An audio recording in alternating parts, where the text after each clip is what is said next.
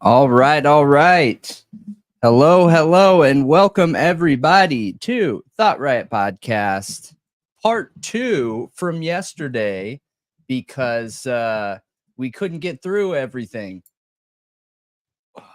What do you know? The rant, long-winded. Very long-winded. Yeah, I'm definitely to blame, and that's okay. How's everybody doing tonight? I'm one of your hosts, Brendan. And we are taking you through true crimes, hottest cases, criminal culture, and everything in between right here tonight, live with you. And who are you? I forgot my own name. Oh, no. That sounds like a problem. I'm just kidding. I'm Malia. Welcome to the show. Good to see you, everybody. Looking forward to talking tonight. Yeah, me too. Me too. Absolutely. I got to dig into some new Idaho 4 information. I got to dig into some new information around Riley Strain. You did. And you talking about what I sent you? Yeah. I'm talking about what you sent me that I didn't watch. What? All right. So, Thought Riot Podcast, AXIOM, we commit to honest, intelligent, unscripted, and interesting conversations, bringing information we get, following it to wherever it leads, holding nothing back, sharing brutal honesty the entire time, because we censor nothing. And talk about everything. Ooh, I can't wait till we get our sound cues. It's going to be so much better. I have this cool remote that's going to connect to a tablet, and it is going to be like sound cue central. It's going to be awesome. So that will be really, really nice. It will absolutely. So welcome everybody to the show. We are gonna dig right into it. For anybody that's new here, we're super happy to have you. Our growth has been absolutely insane over this past week. I literally have no idea what happened. Something changed. Maybe it's the amount of marketing dollars we have.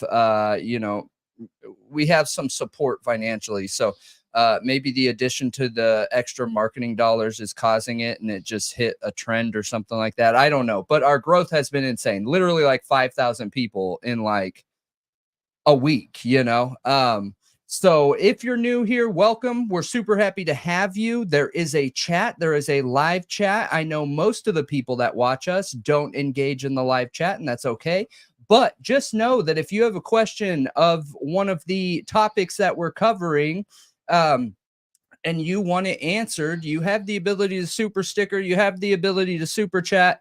We will get to those towards the end of the story, and we'll answer them as we go. So we appreciate you ahead of time. And for everyone in the chat, hello. Yes, we are having sound cues, and they're super lame, but they're great for a show. So they're super lame.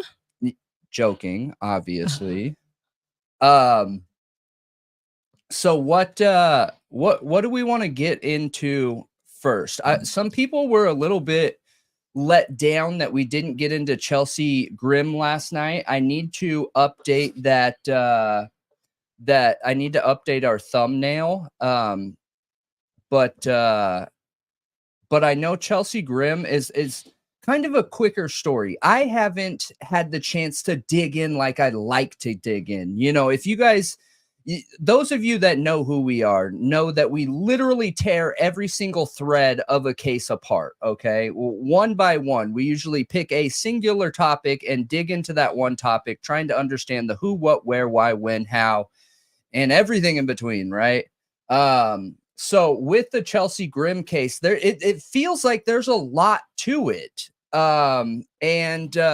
It feels like that it's going to require some additional investigative time, So maybe we should start there, just given that brief rundown. For anybody that doesn't know, Chelsea Grimm is a missing persons case right now.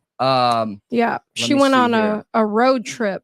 So It was September 24th, 2023, when she was headed to a wedding in Connecticut. She was 32 years old, left San Diego, and was driving all the way to Connecticut, so literally across the country, to make it to this wedding. She was a photographer and an artist. She planned to document her 2,800-mile road trip in pictures, which, you know, I've done something super similar. So it's kind of interesting. You know, because I lived in California, I've lived in the Midwest, like I've kind of been all over and visited all over.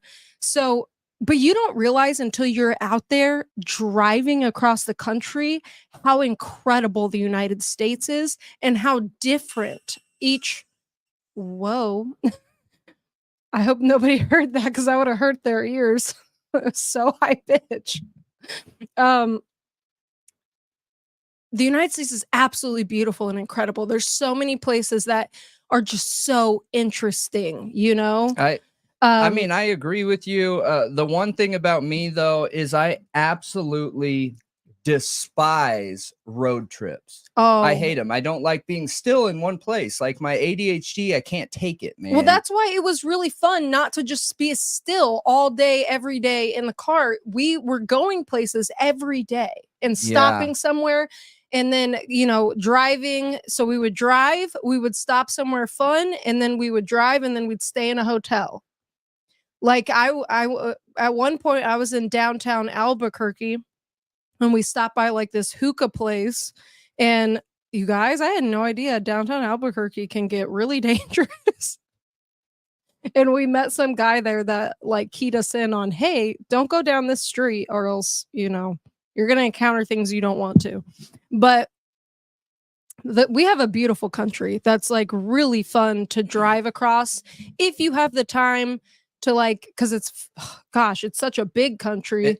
It's a long drive. It's a super long drive. Yeah, I drove from Southern California to South Carolina before, like straight, just switching drivers. And I think that was 2 days. Oh my gosh. What? Did you set that up today? That's awesome. No, I just did it right now. I love it that you can put something between us, just like in the normal podcast now. Yeah. So great. Yeah. It doesn't take the whole page. Mm-hmm. Okay. Yeah, that's wonderful. Love it. So this was very much her character. This was the type of person she was. She was all about being like free-spirited like this. Yeah. And so this article right here that I'm looking at right now says 2 months after Chelsea Grimm embarked on a cross-country adventure, her family has no idea what happened to the artist and photographer who disappeared after saying she changed her mind and was planning to return home. Okay. Which is scary. Does it say why she changed her mind? Did something happen? So, I mean, it sounds like this road trip wasn't even planned to begin with. Oh. She was planning to fly there to Connecticut and then suddenly just decided, I'm going to drive, because she had a pet bearded dragon that she wanted to be able to take with her. Okay. And it was a new pet. 3 days into her trip, she called her parents. Okay, so not a text, it was a call, and said she didn't think she could do the trip by herself. She was planning to camp a few days instead before returning home. Camp? Yeah. Like by yourself? Yeah. Oh.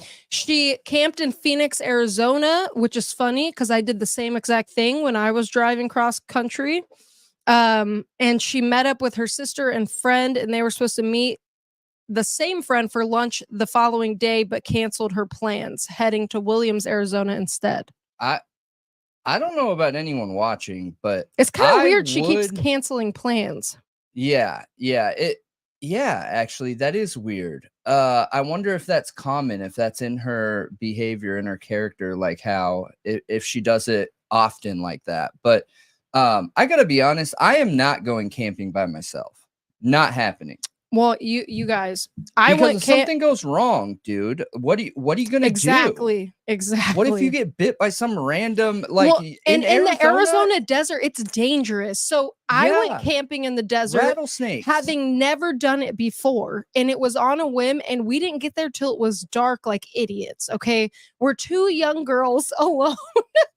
And we don't pull up till dark, okay? Well, at Because least you had two people, though. at least we had each other.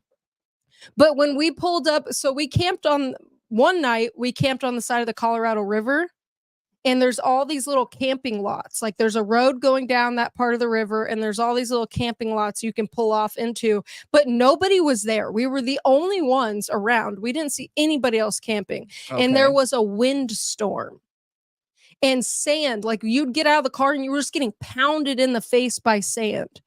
And we waited in the car for a little bit for it to settle down, and it did. And we continued driving because we stopped at a gas station, and we were like, all right, this is too insane. We can't put up a tent in this. We go to a gas station, wait. When we come back, it's dark, and there's a herd of 50 deer.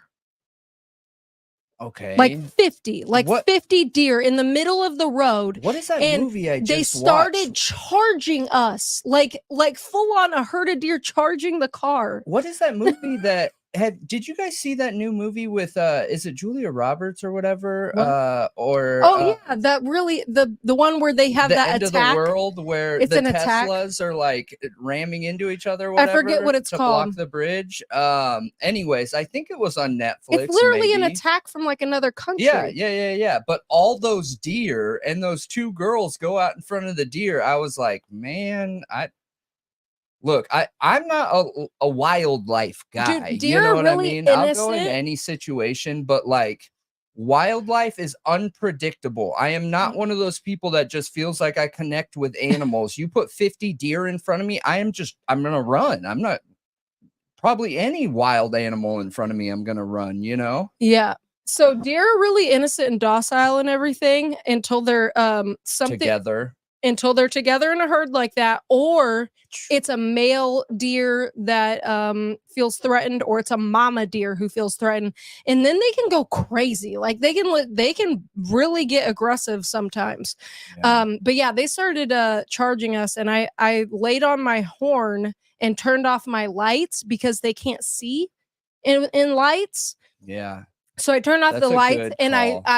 I blared the horn and started driving towards them, and they just divided and I read went opposite somewhere ways. that said, like, if you're driving and a deer or a moose or whatever wildlife jumps in front of you, you're not supposed to flash your brights at them because that makes them stand still. That you're actually supposed to turn off the lights so they can see you. And the noise will also, blaring your horn scares them and makes them run away.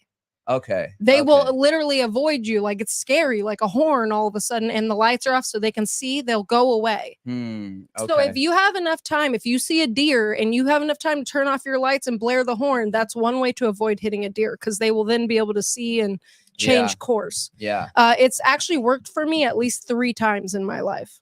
That's wild. That's wild. But anyway, I'm the just desert is she chose to be alone in this situation. That sounds, in my opinion, very risky for anybody, let alone a good-looking younger girl, right? Yeah. And in those areas, you don't always know if you're going to have cell phone coverage, you know? Right. You don't always know these things. So it's interesting that, I don't know, she's willing to take that chance. Does the willingness to do that show some kind of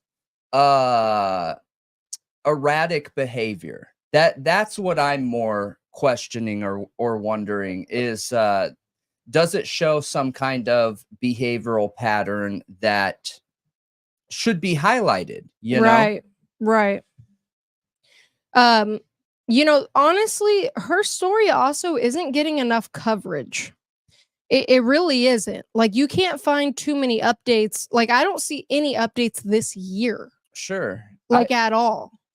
I remember reading one article that was really, really, really, really good. I think it was from, I don't remember where it was. News from, Nation is really the only the only news place that I see covering it, like at all, really. And they haven't covered it in a while. But yeah, that's interesting. That's interesting. And before we move on here, you guys too, just make sure you hit that like button. We get 99% of our views after we're live. So if you're watching and you're not live, that's okay. That's great. We're super happy to have you hanging out with us here, and you're right on time. But hit that like, hit that thumbs up, turn on the notifications if you want to come join a live and be here. To be able to submit your questions live, hit that notification bell, turn it on for Thought Riot Podcast, and come join us. I'm still working out our schedule. I'm not sure if it's going to stay 8:30, if we're going to change things around. I'm not sure, but we will figure it out, and we'll let you know as soon as we know. Yes. So, yeah, the desert in Arizona is not the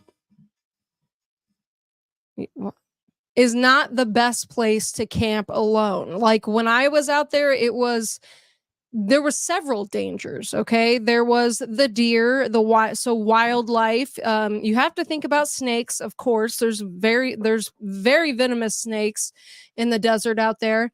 And also the wind, so the wind ended up picking up. So even though it died down, we had enough time to put up our tent. The wind picked back up that night. And we almost lost our tent while we were inside of it. Like we about went flying in the tent. Okay. It was pretty dangerous. Whoa. So being alone out there, yeah, I don't know if that was the best plan. But so she canceled her plans. We covered that, and that's a bit odd. I am also curious if that was in her norm, like if she typically would just change her mind and cancel plans with people. Some people kind of are that way. They can be flaky. I've known quite a few people. I'm not. I'm the opposite. If I say I'm going to do something, or if I have to be somewhere on time, I am always early. That's just, I don't know, it's built into me. I've literally tried to make myself late before, and I just can't do it. Like emotionally, I can't do it. You'll have a breakdown if you're late. Yeah. Yeah. Chelsea was stopped by a police officer responding to a call as she was parked near a graveyard and war memorial. Body cam footage shows her having a conversation with the officer, who asked if she was doing okay. She said she was okay.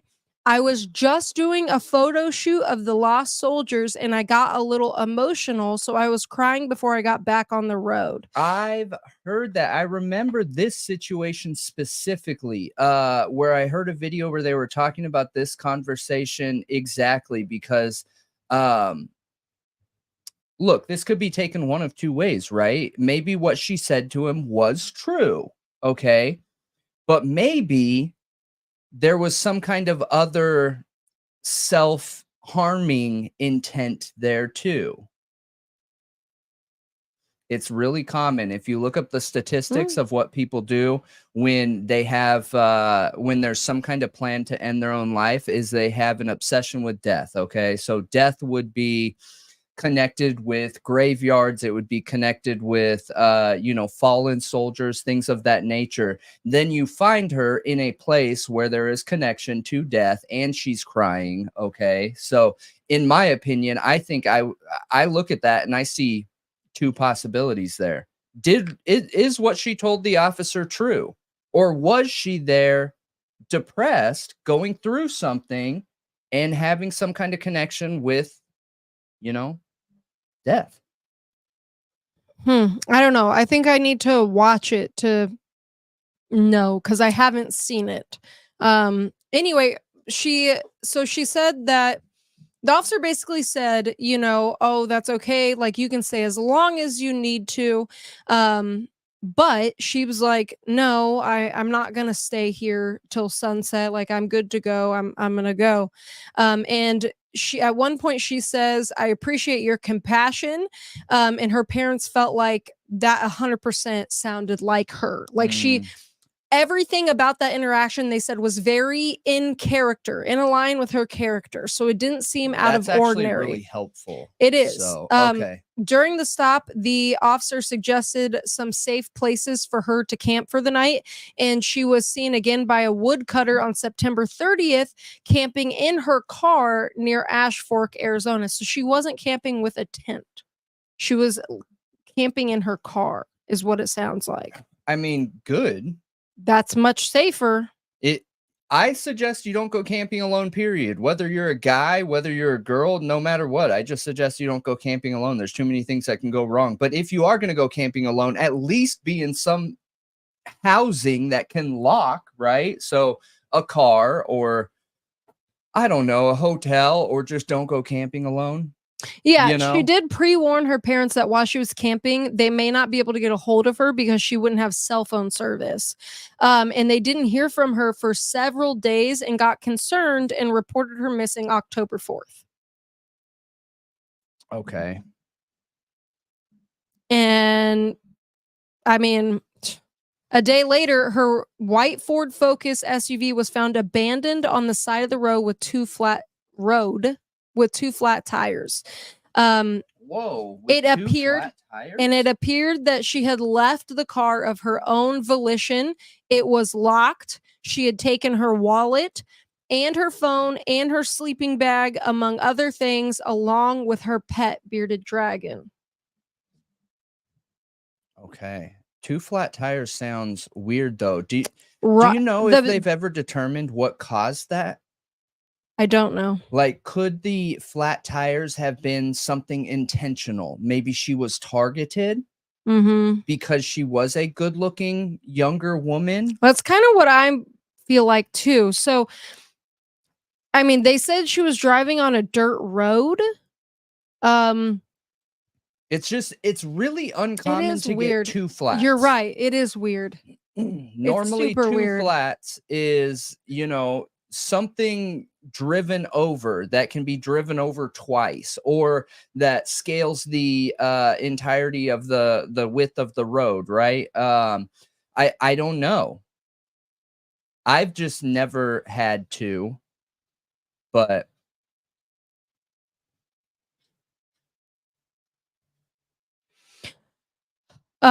so yeah, it's weird to me too. I've never even seen that. Like, I've gotten a lot of flat tires. I've known a lot of, like, I've been driving with people like getting flat tires. I've never seen it happen at two tires at once, you know? It just seems odd to me. But like, she did take her stuff with her.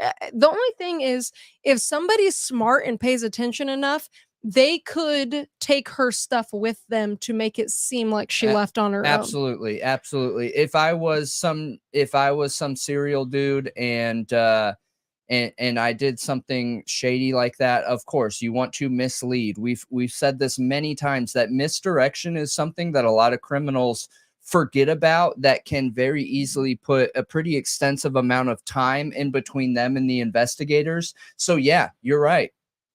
In a situation like that, especially if it's in a situation where maybe she was targeted, maybe she was seen in one of the major cities nearby and knew enough about her to know that she was alone, would they have planned, number one, to target her, number two, to set the stage to make it look like, hey, this girl got a flat, and hey, she grabbed her stuff and took off, you know?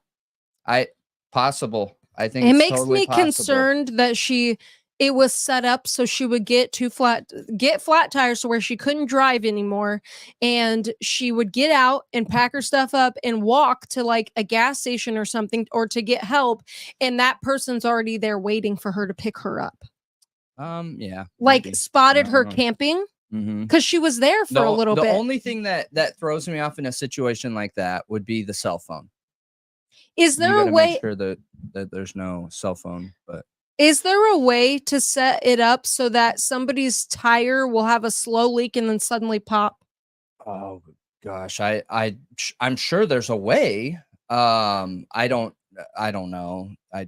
Because like while she's sleeping at night, could somebody do something to her tires to where when she wakes up in the morning, they don't look flat, but then they pop? as she's driving. I've never researched something like that before. I would have to research to know if it's possible. I'm a firm believer that anything's possible. Okay. I'm sure 100% there's something out there in the world that could and has caused that before. So I just don't know enough to tell you. Interesting. But her parents did hire a private investigator, whose name is Kelly Townsend. And really, I mean, they've just been looking for her ever since, and there's no word. Like, there's nothing. Again, her name is Chelsea Grimm, and her picture's up on the screen. So, I mean, it's important to keep the word out there, missing people's faces out there. So that she didn't make it very far. She was leaving from San Diego. Yeah. And camped in Arizona. And going back. And was going back in a few days. Yep. She did not make it far at all. No, she didn't make it very far. And my big question is what changed her mind. My big question Me too. is what changed her mind. I'm curious. I do think there's a few things that stand out here, and it's part of the reason why I'm really glad you brought it up, because again, there are so many missing people out there, and sometimes it feels like the flip of a coin whether a case is going to get coverage or catch the mainstream media rotation or get caught in the true crime community. This is a younger girl, a good-looking girl, and she was by herself, alone, going camping and driving across the U.S. and 2 flat tires, which in my opinion is not standard, right? It's less common than what you would normally see when something goes wrong. Is it possible to happen? Sure, of course. But that, on top of going missing, on top of her calling her parents the day before and saying, hey, I'm going to turn around. Was she feeling something going on? Did she notice a car following her? Was there something additional there that needs to be looked at further? I don't know. And Arizona is not a very safe place at this point in time, and it wasn't last year when she disappeared in September either. So here's the flip side. Okay, there's that body cam footage, right? Of the body cam interaction where the officer asked her if she's okay because she's crying at this war memorial and cemetery, and she's like, "Oh, I was just taking pictures and I was overwhelmed and I started crying." Well, a private investigator, a missing person, specifically private investigator that goes by Steve Fisher, and we actually follow him on Twitter, and he posts a lot of things about missing people, and I've seen some pretty cool things from him. I don't know everything. I know that some people have feelings about him, and I don't know what any of that's about. I just want to say, but he actually reported to see. He found footage from a motel do you know how to say that town name? A motel in Seligman. Seligman, Arizona. I have never heard of that city before. Seligman? I don't know. Where she tried to book a room and she was looking disoriented. Really? Yeah. And she tried to pay for it using euros instead of dollars. What? Which is really strange. Where did she get euros? So she shows. When was this? That is so weird. That was right around the time that she went missing. Like after or before? I believe this was before the body cam footage. Okay. That's strange. I don't know. She tried to pay for the room with euros? Did she have somebody with her? No, look, that's her right there. There's a video. I hear you. I mean, waiting outside in the car, somebody from Europe. Oh, it doesn't seem like that. Because you can't just ride down the road and be like, hey, I got $100. Can you give me euros? Like, that's not how that works. No, you have to go to a currency exchange place. Yeah. And a lot of times they don't issue them here. Right. They wouldn't give you euros here. You're in America. They would take euros and exchange them for US dollars. Right. So, yeah, that seems like a really strange piece of evidence. I don't know. Yeah, I don't so know. she shows Weird. up to this motel, tries to book a room, and is confused and disoriented and tries to pay for the room in euros instead of dollars. And then she is when the whole thing with her friends happens, where she's planning this trip or this like lunch date or whatever for September 28th, and then cancels it. And then after that is when the police body cam footage is. Okay.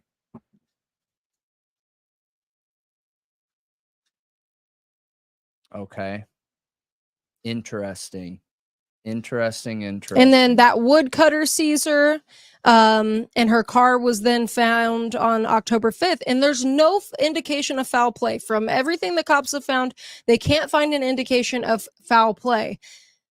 But she's missing. She's just gone. Like, it's like she packed up and just walked away into the desert and is gone. Yeah, yeah. Almost like aliens or something like that. Yeah, yeah. Like Sebastian Rogers. Like, I'm curious because I can't find much information on the search for her. Like, I can't find, did they use dogs? Did they try to like track her scent? There's nothing about that online. Yeah, yeah. Since I knew yesterday that we were going to talk about this today, I did a little digging online, and I found a similar situation where there was very little information that came through. That's why I said when we talk about this, this is just going to be like a step 1 video before we dig into it further, because I personally feel like there is something strange about this. And like I said just a minute ago, with the double tires, with the wanting to come home, with the weird behavior that you don't see from just everyday people going down the road. You know what I mean? So I think it's worth continuing to look into. I think that it's worth reaching out to people locally and trying to get a bead on the case and or information. I would be curious where the parents believe she could have gotten euros from, if it was something maybe she liked traveling and she had currency from different areas of the world, or do they not know where she got this from? I think that's a pretty big deal too, because those euros had to come from somewhere, right? They did. It's really strange. But it seems like in that interaction, the big deal was how she was acting out of it or disconnected from the situation that she was in, trying to get a hotel room. I am curious why she is seen trying to get a hotel room in this one, but then in the day or days prior, she's choosing to sleep in her car alone. I know. So going from like, well, I'm guessing it's getting a hotel room to just off the grid. It sounds like she didn't stay in this hotel. She tried to pay for it in euros and didn't succeed, and then goes and sleeps in her car. Oh, but I don't know for sure. We need to look into this more. So more about Chelsea. I told you guys she was a 32-year-old photographer. She was born March 22nd of 1991, and she's originally from Connecticut, Stamford, Connecticut. She's been across the United States, moving to New York to go to Pace University to study psychology. She graduated in 2019 with a master's degree in social work and took up the role of a 12th grade social worker for the New York City Department of Education. Then in 2020, she moved across the country to San Diego, and she's a licensed associate clinical social worker. Okay. Which is interesting. That's her profession. Yeah. Yeah. It's interesting. It's interesting for sure. Especially, so you feel like she would have a bead on you know, social situations, emotional connection and control, and you know, somebody that has a more a higher emotional intelligence. So exactly, when in a situation like this where she could be in trouble or could be feeling strange because maybe she's seeing a repeat car or something, and I'm just making that up, right? Just think tanking here. You think she would have the wherewithal and experience and knowledge to know to reach out to somebody? So it's even more strange that she just up and disappeared. It's really, really, really strange. Yeah, it is. It is. I agree with you. I agree with you 100%. But Yeah, we're going to stay on this, you guys, and I'm going to dig in as best as I can. I apologize we weren't able to cover this story yesterday. We ran out of time. It started getting late. But you know, any information that you guys hear, you can reach out to us. Can you maybe we can pull the number for the police station in that area real quick, and I'll post that. But you can leave a comment under this video. You can reach out to our email, ContactThoughtRiot@gmail.com. You can reach out to us on any of our social medias, and all of our social medias are /Thought Riot Podcast, spelled all the way out. Thought Riot Podcast, not Thought Riot, not podcast, Thought Riot Podcast. All right. So Malia's pulling up the missing persons right now, and we will get that posted so that we have some contact information. But this is definitely an interesting one. Yeah, it's mysterious, that's for sure. It is. It is. It's weird that it's one of those situations too that she didn't get as much attention as some others, and sometimes it just happens like that. It just doesn't catch the mainstream media's focal point, you know. Yeah, just so you guys know, she has a very distinct ivy tattoo on one of her arms. It looks like her left arm, it wraps around her arm. It's not on this missing persons poster. Yeah. So one of the things that they did say when I was looking at but it the earlier, ivy tattoo going up her left arm, like that's really good identifying information. Yeah, identifying marker. And another thing they said too, that if you happen to see a bearded dragon, that's why the bearded dragon is posted on here. If you live in that area and somebody came across a bearded dragon, that person could and might have information about where she was, or maybe where they found the bearded dragon at. So she is 5'8", 135 pounds, brown hair, blue eyes. Last seen September 28th, 2023 in Williams, Arizona. SUV found in Ash Fork, Arizona on October 5th, 2022. If you have any information, call I'm not even going to try and pronounce that, the local county sheriff's office at 928-774-4523. That's 928-774-4523. Or they said you could also call 911. Yeah, it's Coconino County Sheriff's Office. But so we appreciate you and appreciate that, and we're gonna keep digging into it. So yeah, again, sorry we weren't able to cover it yesterday. You know, when I was looking stuff up, it looked like some people were wondering if it was some kind of hoax. Like, yeah, I read something online saying that you know, because she was an artist and a bunch of different other, you know, personal characteristic traits, could she have done this to create, you know, focus on her or something like that?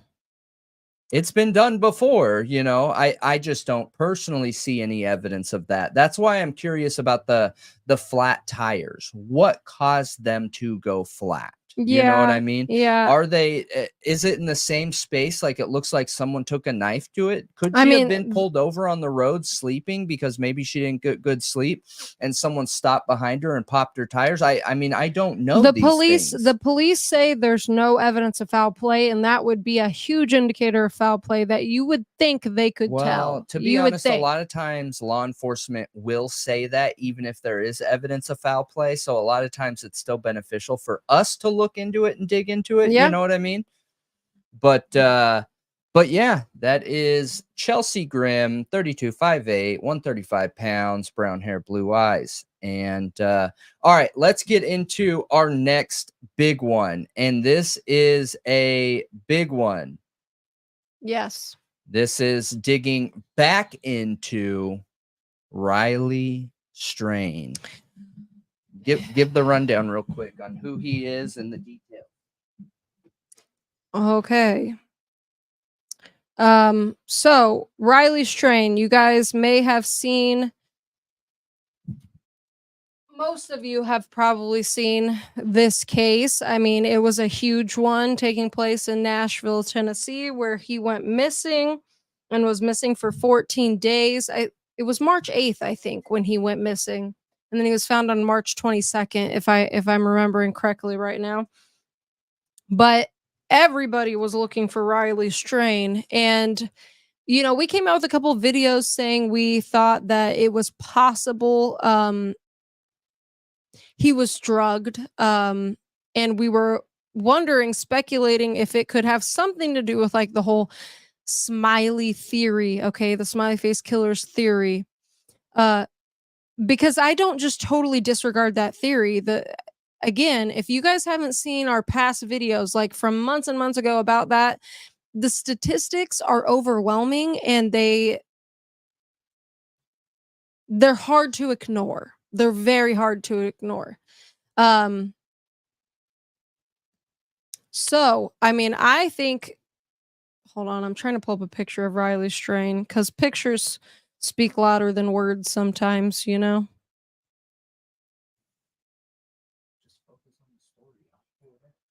got it.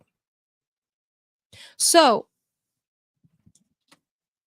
since then, there's been an autopsy done, and he was found, like, they keep saying 8 miles, but it was actually more like 5 and some extra, like 5.5 to 6 miles downstream from where where they believe he fell in was the James Robertson Pikeway Bridge in Nashville.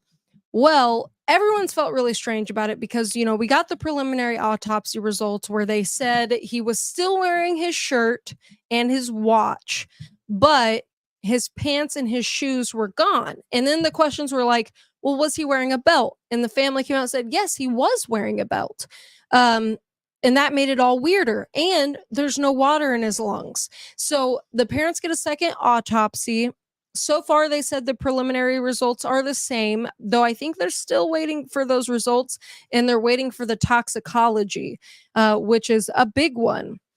Well, recently, this man on TikTok went down to the river and under that bridge and was searching. Okay. And he found something very, very interesting. What? He found pants. Now, if you didn't know the type of pants that Riley Strain was wearing, they were brand new buckle jeans, okay? Brand new. And he wore a belt, right? Like I said, why is this happening? Sorry, I'm trying to pull up the video right now, and my phone's being weird. But anyway, brand new buckle jeans, okay? I don't know the size. I'm not 100% sure what the size was. But come to find out, these pants are the same size, same brand, and are brand new buckle jeans on the side of the river. And yes, he did report it to police. And the police are taking a look at them. Now, he shared some details around the pants that are interesting. Very interesting. Like, for instance, and I'm going to pull up the videos and show everybody here in a minute, but they're kind of sitting there on the side of the river. He said there's many different other pants in that area. Like, there's several different clothes, but they're sitting there almost like somebody took them off, and they're like, like if you pulled off your pants and pulled them down and just left them there. And he didn't find boots, which I find interesting because he would have had to have taken off his boots to take off his jeans, right? Or you would think so. It's kind of hard to take off your pants without taking off your boots. And they're sitting there kind of in a pile. And he said there's a human poop in them. Okay. So, he turns it into the cops. The cops are doing testing. There has been nothing to come out that I've seen that indicates that this is nothing. Okay. that this is like, they haven't come out and officially said anything about these pants. And he said there's also like a sliding mark going downhill, like somebody fell in or something. And I was thinking this whole time while he's saying this and showing this, how was this missed?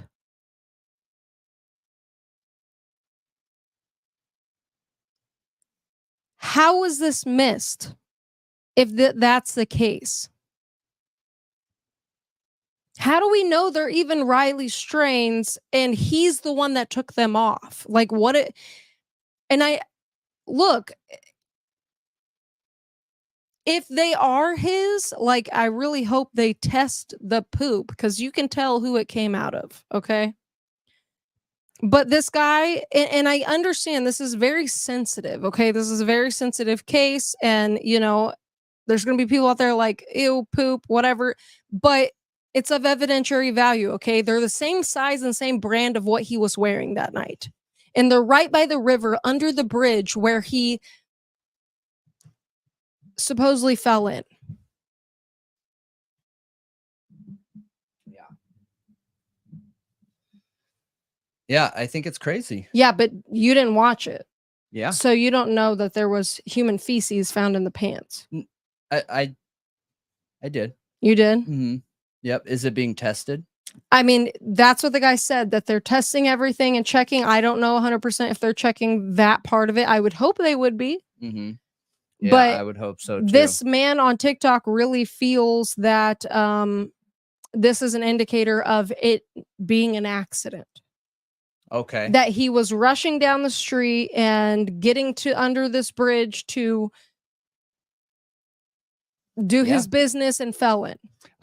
I 100% can see that, but my big concern, my one big question with this is that entire place was searched, not only by law enforcement, but also by true crime creators. And in a lot of situations, you guys, the dedication to searching, I have more faith in true crime creators just because the amount of commitment, the amount of coverage, the amount of reliability around the searching it's been insane in the past. You know how many different cases people that have just offered help, just showing up and searching, have helped solve cases. So why wasn't this found in the beginning? Right. Why wasn't this found when they were searching? See, that's my question. Why did it take so long to find it? So my big question is, we seem to have missing things. Like they searched this whole area. It was a cleared area. Oh, wait, then they found his card. They had this whole area cleared to the point where they were now searching 30 miles downriver. Oh, wait, but 5 miles away from the potential entrance point, they find him. They seem to have right under the bridge where they think he might have been able to go in, cleared. Oh, but wait, now we found pants. Yeah, and honestly, like, how do we know that's not weird? Like, why wouldn't that be a homeless person's, you know, excrement? I don't know. And then that honestly makes a little bit more sense if I'm being honest, because like, I don't know. I guess he could have been lost and then had this issue and went under a bridge. Yeah, I guess. But then how do you explain both phones going off at the same time? I'm sorry, water doesn't do that. No. Apple Watches are dive capable. They aren't legally allowed to say they're waterproof, but they are water resistant at a military grade level. I think it's called, like, I don't remember, A50 something or another. It's not important, but yeah, I have some pretty big questions around it also, you guys. I don't quite understand. I don't quite understand. I'm trying to send this video to you, but I don't know how I'm going to do it. I Let don't me know. see if email will do it. I don't think it Or will. just send the link, I guess, unless it's on TikTok. Oh, I could upload it to Drive, actually. But look, do I feel like that's tin hat worthy going down this idea and path of potentially staged? Yeah, it feels that way. Let's not pretend like it doesn't. It does feel that way. But 3 different times we are finding things in areas that had been cleared, like totally cleared. Not once, not twice, but multiple times cleared. How does that happen? You know, if any pair of pants would have been anywhere around there, you're telling me in a missing person case, someone isn't going to be like, hey, officer, there's pants down there, dude. You should probably go check those out. You know what I mean? Am I the only one thinking that's strange? I feel like I can't be the only one thinking that's strange. I mean, I think the whole thing is strange, if I'm being honest. I'm not sure what to think of it at all. Me too. I don't understand. I don't completely get it. I think that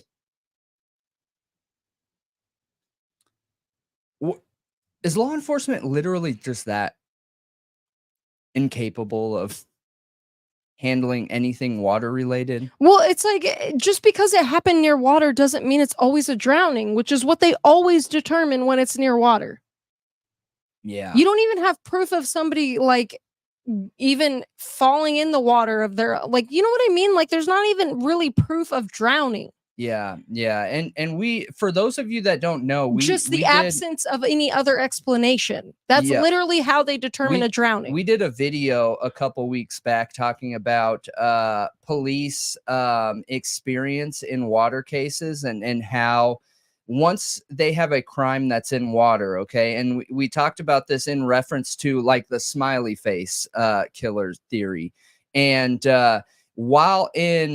when there's a crime scene in water, police aren't trained at all on that. You put any crime on land, they know exactly what to do. Hey, get everyone out of here. The 5-foot rule. Well, we need to cordon all this off all the way to the door and past it. But as soon as you put somebody in water, if this smiley face killer theory is real, you guys, I've said it a million times and I will keep saying it. It is absolutely genius, okay? If this is real. The way that they have put this together, if there really is smiley face, you know, people out there, is genius. Like, it is incredibly genius because of the lack of training in law enforcement for water crime or water crime scenes. It is it's scary efficient. Well, I also want to ask a question.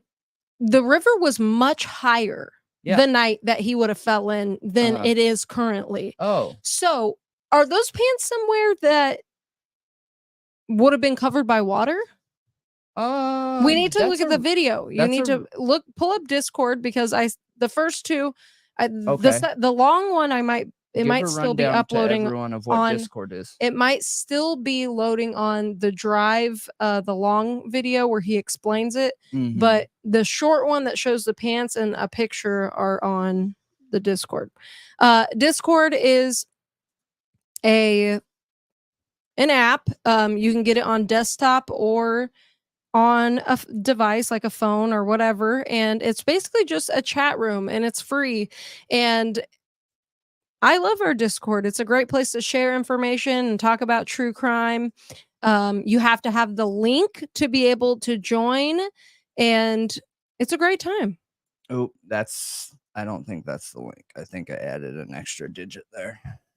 And it's free, doesn't cost anything, you guys. It's just a place to continue the conversation. So hop on there. It's a good time. It's a good time for sure.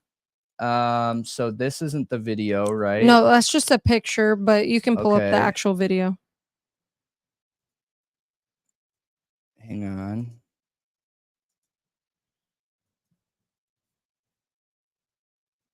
Okay, so let's go Yes, share. The video, you'll have to keep it muted because it does have music in it. Okay. Do you want to give a rundown on what that says? I don't know if everyone will be able to see that here. It says, did I find Riley's pants? Their newer buckle pants under the bridge he went missing from. And the name of this guy's TikTok is That Bane Guy. You know, he talked in a video. We'll watch some of it. I don't know that we should watch all of it because it's like 9 minutes long. But we'll watch a part of it where he explains, because he does explain it very respectfully, and I appreciate his respectful explanation, because this video, like with the music, it has like this eerie, viral music from TikTok. The way it's uploaded feels like not that respectful, and he had a ton of people messaging him, asking questions, and saying things, and he made a video, and I felt like he was very respectful, and he did a good job explaining it. However, I don't feel like this is a full explanation. Like, for one, we got to find out if they're even his genes at all. And then we have to find out, is the human feces his at all? Sure. And one other interesting thing that can happen when somebody is hit in the head or something happens to them and they're killed, or they OD to the point of dying, they will soil themselves. Yeah. So it doesn't necessarily mean that he was in a hurry to go to the bathroom. Yeah. Could they have been taken off of him, or could they have washed up? I don't know. Yeah. In the body cam footage, he does seem a little more straight than he was in the previous footage. Yeah, that's a good question right there. Was he drunk enough or intoxicated in any way? It doesn't matter how, right? To defecate on himself. Right. Don't know. I know he was drunk enough to be stumbling and hit his head pretty dang hard from what it seemed like in that video. But this is interesting. Here, we'll play it now. It's muted, right? Yep. Did I find Riley's pants? Their newer buckle pants under the bridge he went missing from. Interesting. Yeah, that's interesting. It is. Yeah. It is interesting. Do you think they look washed up to you? Zoom in really close to just the pants. I mean, I'm not going to be able. I don't know. I can't tell from that. The one thing that I see here, though, is are these leaves? Because if these are leaves, I don't think the water was up this high. Because most of that would be washed away at that point. If these are rocks and bark chips, they're leaves. It's pretty obvious they're leaves. I think. But if they were rocks and wood chippings or something, okay, maybe the water could get up that high. But normally when you look at a river or any body of water, you get a line where the water comes up to. This kind of looks like that line right there. However, without being able to actually be there myself, I don't know if that is what it is. You know what I mean? I can only do my best to assume or try and draw a conclusion based on that. I don't know. Yeah. Have we heard anything from his parents about this? No. Is this guy where they found the belt from? Dude, I only found this randomly, you guys, on TikTok, and I was like, wait, so where is this? A troll? Where is this in the media? Could it be a troll? He claims no, I don't think so. He turned it. That's why I wanted to play his video, because it seems very genuine, and he did a good job talking about it, and it doesn't feel like he's lying about anything. But I'm curious to hear what you think about it. Yeah. Yeah. It's on the Google Drive. I will. Okay. Hang on. 1 second here. You Also, can't if he- always tell. That's Of my only course. worry, is that you can't always tell when someone is faking or lying, or you know what I mean? Mm-hmm. Yeah, I get it totally. Yeah.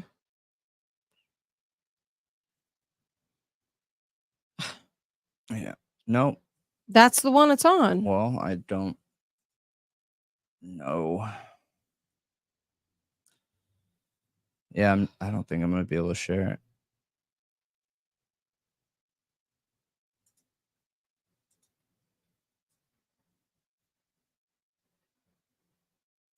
Why would you send it to this one? Because I'm not signed into the other one. Okay. Go to Drive. Why? This? It should pull up a no. So go that one. Okay.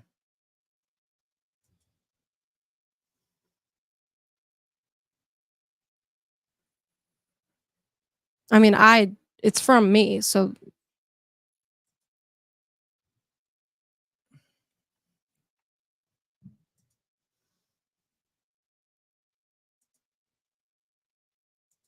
Okay. but yeah, I mean, we're not gonna, it's like I said, it's like 9 minutes long, so we won't watch the whole thing. We'll just watch like the first part where he talks about it. So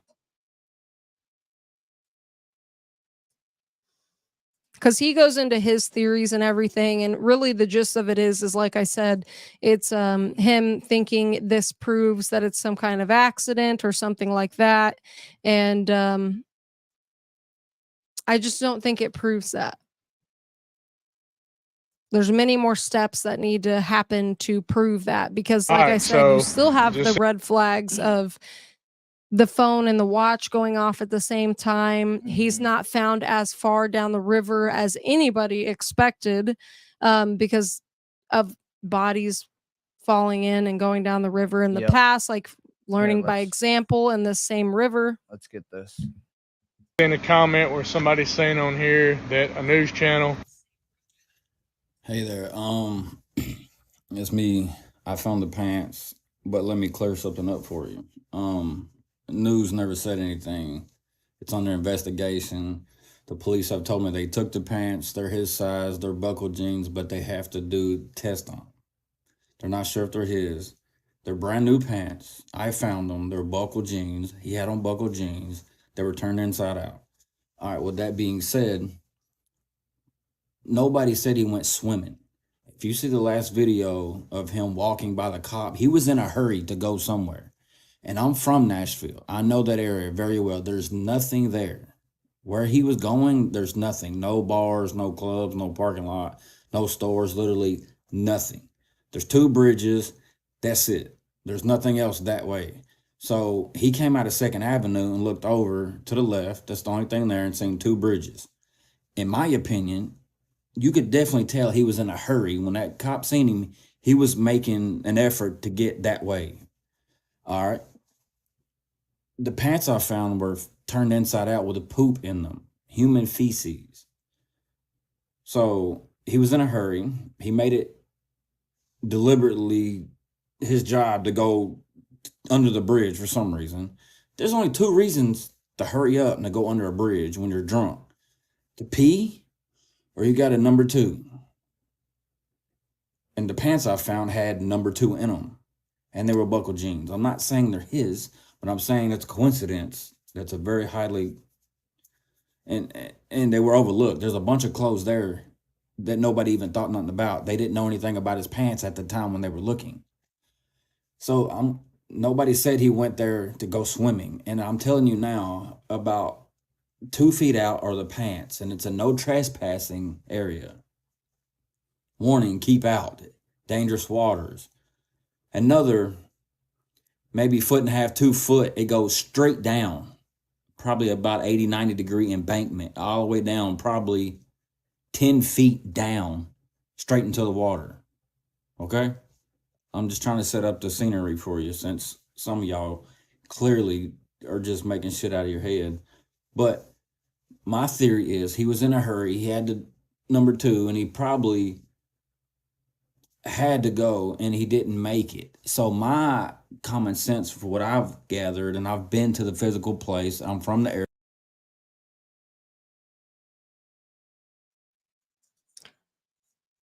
So we can link this video. And give a shout out to the creator. What's his name? Yep, you need to say his handle. Yeah, what is it? Hold on. I mean, it should have said on there, but here, I'll look at it real quick. it's at Billy Bain, BAIN. Here, so it's 0. Billy, like that. Yep. And then BAIN 0. Yes. Okay. On so, TikTok. Yep. He's, you know, what I find, it's really strange to me that he's like, there's a bunch of clothes there. Yeah, I agree with you. And they didn't think nothing of it. Like, are you kidding me? You know how many people went under that bridge and filmed it and were searching along that embankment? Like that, right under that bridge in that whole area, his credit card was found. Like, people were searching all over. Also, how does that explain the credit card? Because that is not near where the credit card was found. Listen, I'm saying the same thing. There's just some weird gaps, holes, or details that we don't hear nothing about the wallet. The wallet doesn't sound like it's there. Yeah. Or the boots. Good call out. Yeah. Yep. I mean, boots are kind of expensive. I would, if I'm going to think anything's going to be taken, it would probably be the boots, if I'm being honest. Unfortunately. But yeah,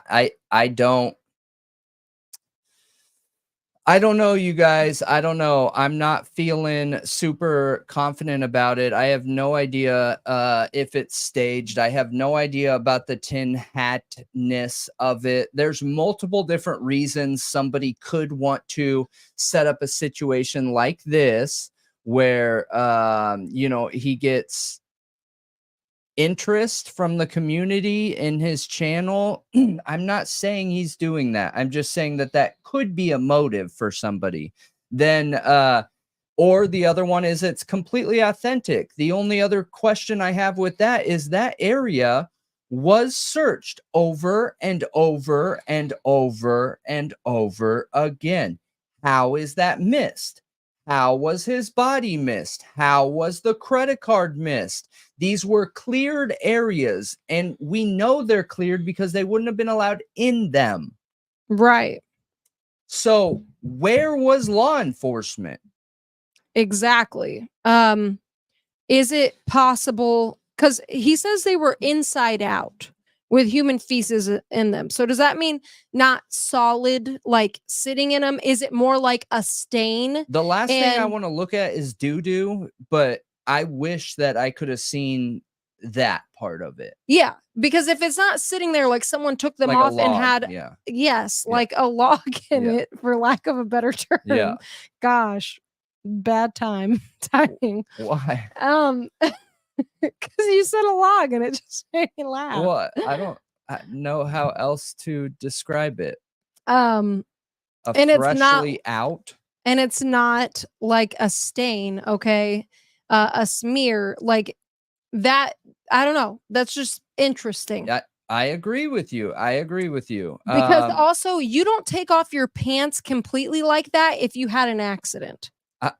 You do not sit there and get naked because you had an accident in public. I don't think, listen, you guys. Was he going to wash him in the stream? Like we talked about this yesterday. He turned into Survivor. Like I'm surviving in the wild.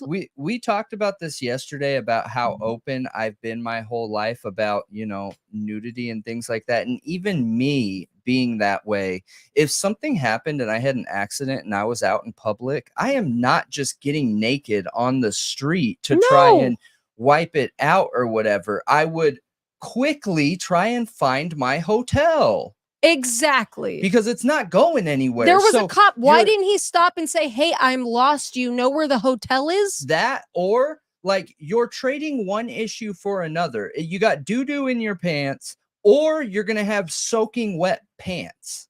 And here's another thing that doesn't make sense. Like, I want to know, I'm assuming they don't have everything that was in his phone. Maybe they do. I hope that they got everything that was in his phone that they could get from other means, since they don't have his phone. What was he on his GPS that night? Because people are claiming that there's like a hotel, or there's something of a very similar name that isn't his hotel that's that way, and that's probably how he got lost. Because I'm thinking, we live in 2024, you guys. Wrong GPS. Wrong GPS coordinates. But he's been in Nashville before, so that doesn't make sense. This is not his first time in Nashville. If this was his first rodeo, okay, his first time going to downtown Nashville, it would make a little more sense to me to get that turned around.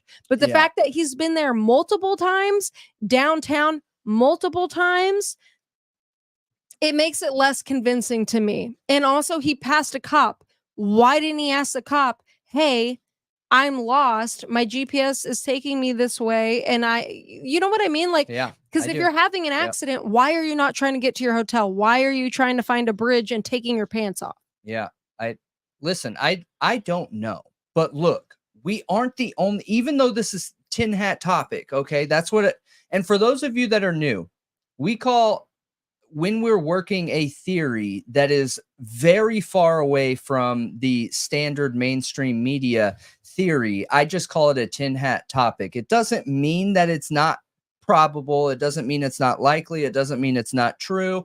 It is just against the norm, right? It is not the common theory that's out there right now. So with this theory, they are pushing the he drowned, accidental drowning. Okay. Well, something else going on is against what we know of right now from mainstream media. So I don't know, but the all of a sudden finding of these items just don't feel authentic. No, it doesn't. Because his ID was found. Like, of all things found, his ID is found on the embankment, but not his pants, right where he was said to fall in. Are you kidding me? Both devices die at the same time, or are turned off. Die or are turned off. One of them's waterproof, or AKA water resistant, down to a depth that iPhones are water resistant too. Right. That is yeah, but one of them is like, it can go way further than the depth of that river, okay? So somebody would have to intentionally turn off that watch. The phone, more than likely too. I mean, I've literally dropped my phone in a river and got it, and it still worked. Me too. Perfectly fine. Me too. And I've had friends who have dropped their phones in lakes before that are like 70, 80 feet, and it works until it dies, you know? So we have the two devices. We have him, what seems like going from really drunk, running from somebody. We have him going missing. We have multiple areas that have been cleared by law enforcement, and later items found there. Like, you guys, if those pants are legit, they are okay. I don't want to make this too boring. Okay. So when you're setting a stage, okay, by habit of our human nature, we tend to want things to be matching on all sides. What I mean by that is, like, you have the cutoff for the water, you had trees on the right hand side, you had like brush on the left and brush on the right. Those pants were literally placed right in the center of those things, like perfectly center in all of those things. So what could that be?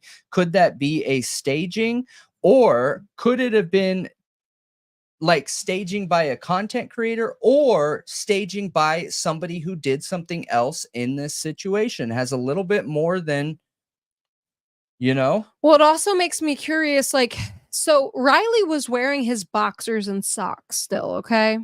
Mm-hmm. And just the pants and the boots are gone. Okay. If he had an accident in his pants, why would it only be in his pants and not his boxers? Like, is it in his boxers? Because that's one way they're going to be able to confirm that. You know what I'm saying? Yeah. That's a really good They should be call. able to see if like his boxers were soiled. And again, he was wearing a belt. Was the belt on the pants? Oh yeah. What? So because I never heard him mention a belt. Yeah, here. I'm gonna pull up the picture real quick, you guys. Hang on, let me see here. Do I still have it up? I do. Okay, I don't see a belt. Do you? No. And the quality's not good enough to go bigger. Like you're just there. Look at it, just gets messed up. Yeah, they're definitely inside out. You can see the pocket hanging out at the top. Here.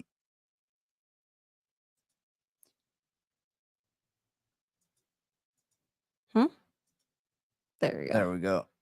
Yeah, so I don't see a belt personally. It looks like this is a leg, I guess. Yeah, it's a leg. And the other one, and that I feel like I can see where it belt zips. loop, though, right? Yeah, it kind of does, but I can't Do you think quite this tell. is where? So we've heard that the parents have the belt. They do? I'm pretty sure. Someone correct me if I'm wrong here, but I'm pretty sure they have the belt. I don't think so. Are you sure? Yeah, I'm pretty sure. I was just wondering if maybe this is how it was found. The belt? Yeah.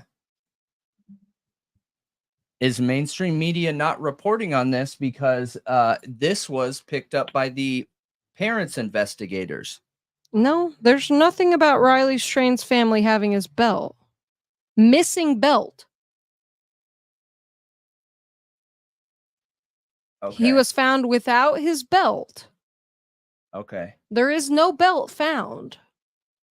Okay.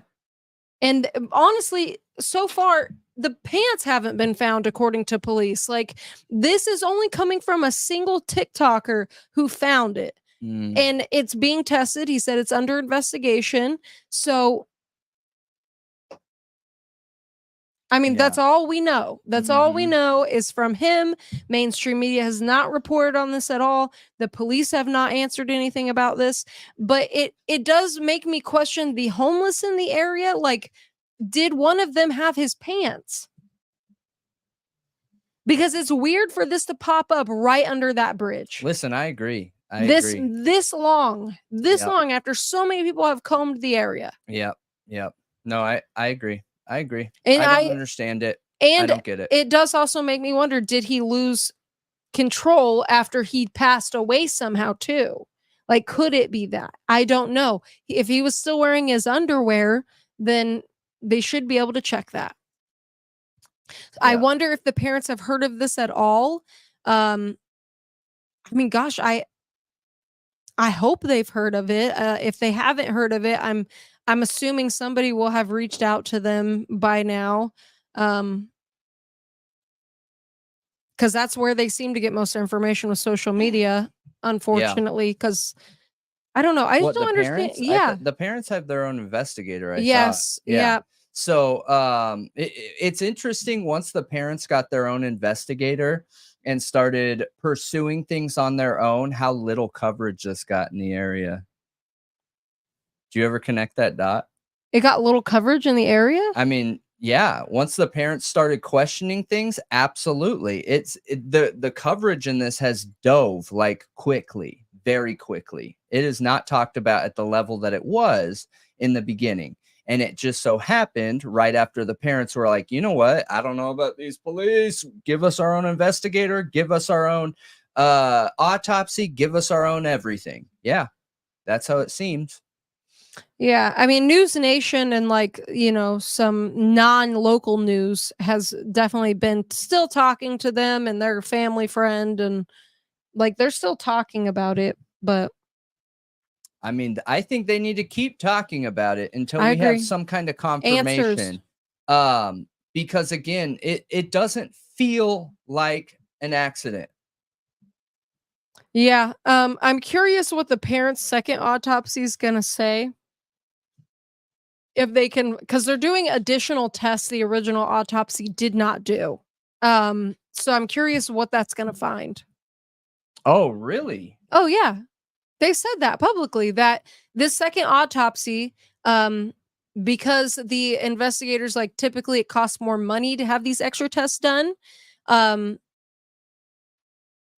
they don't usually do them, that their autopsy is going to have more additional tests. I mean, I hope so. Like the GHB test. Yep, yes, the it should. GHB test. Exactly.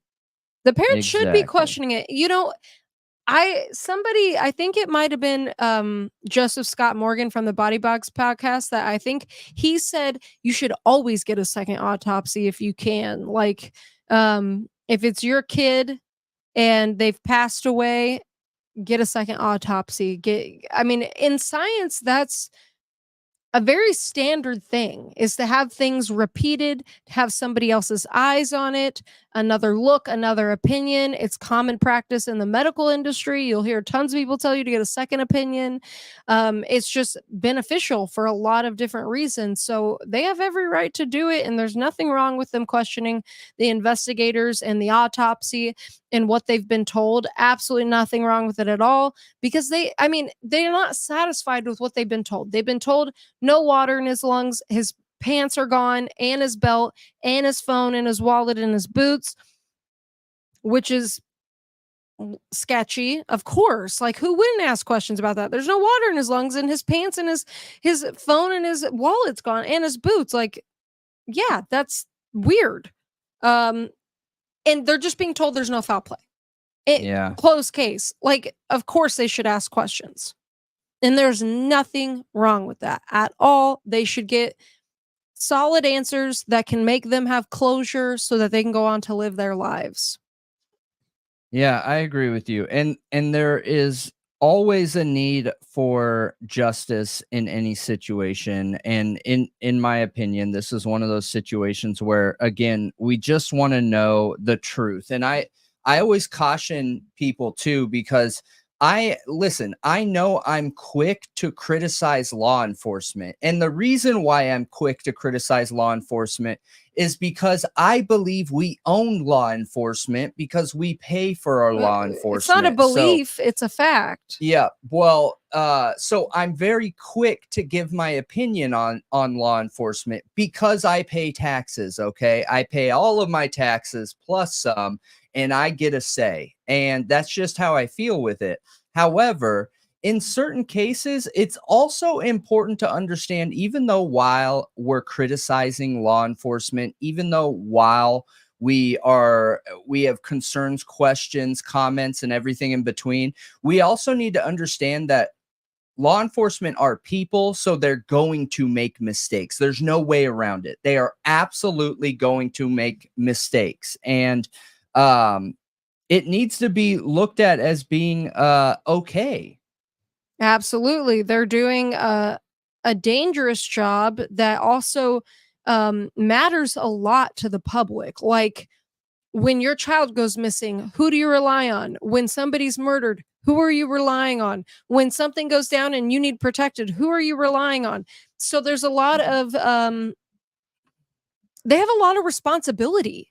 I wouldn't do the job. They have a lot of responsibility, and we need to be able to trust them. I agree. Which is why, and we pay them. So we need to be able to trust them. They need to be transparent. There's a need there for that. Yeah. So I see nothing wrong with scrutiny. I see nothing wrong with criticizing the police. In fact, I believe it's needed and necessary for them to continue to do their job effectively.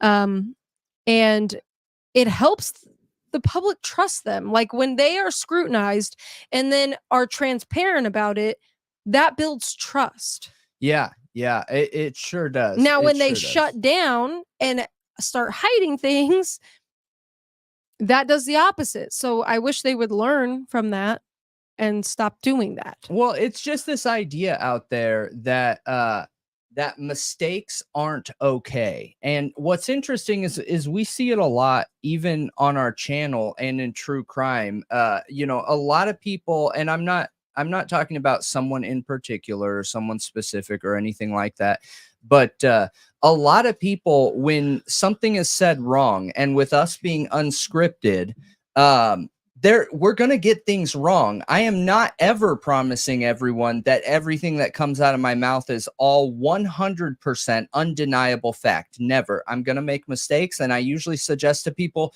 don't listen to me. Please do not listen to me.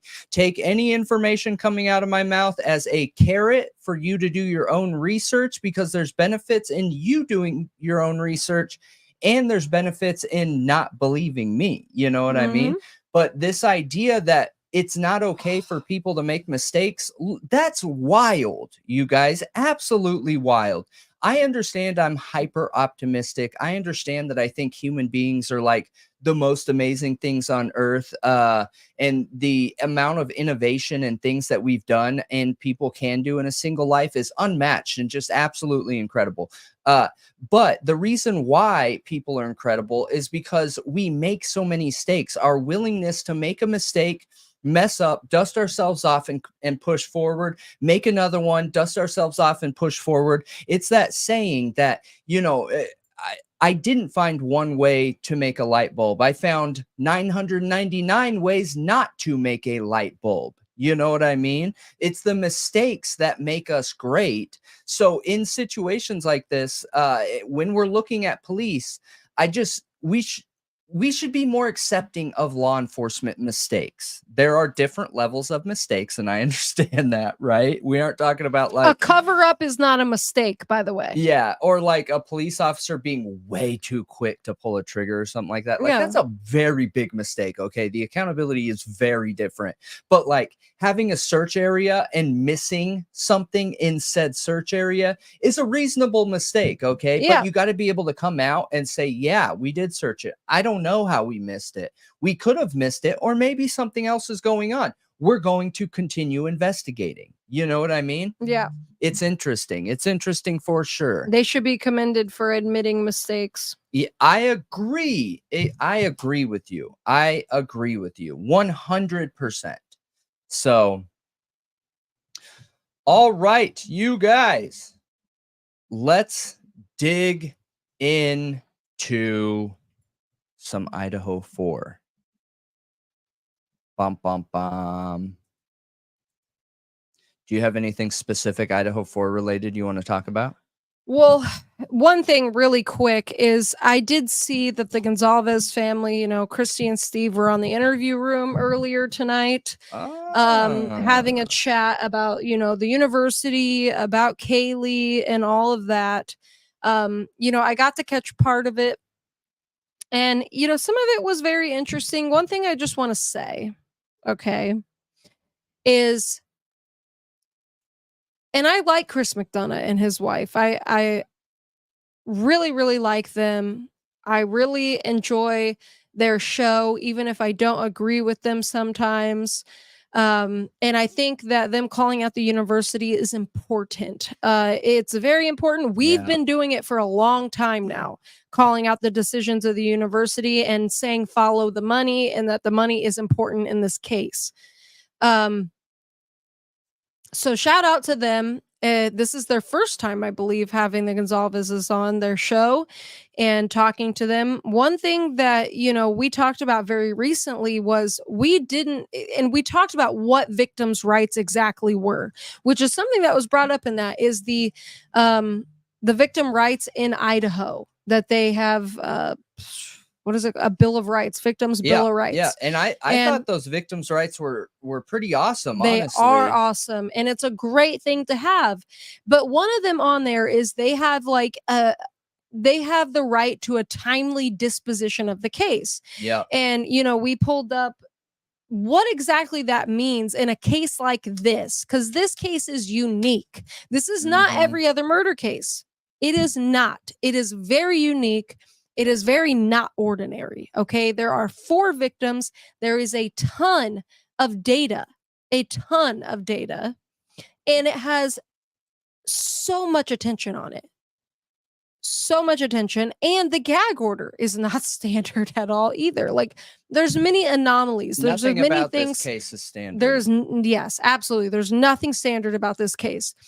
But we looked up what the standard, like what the average is for a case that is on a DP level, capital DP level murder case, what the average is of how long it takes to get through trial. Yeah, yeah. And that was 2 years. I mean, it was 2 to 3. The 2 to 3. lowest end was 2 years. Yes.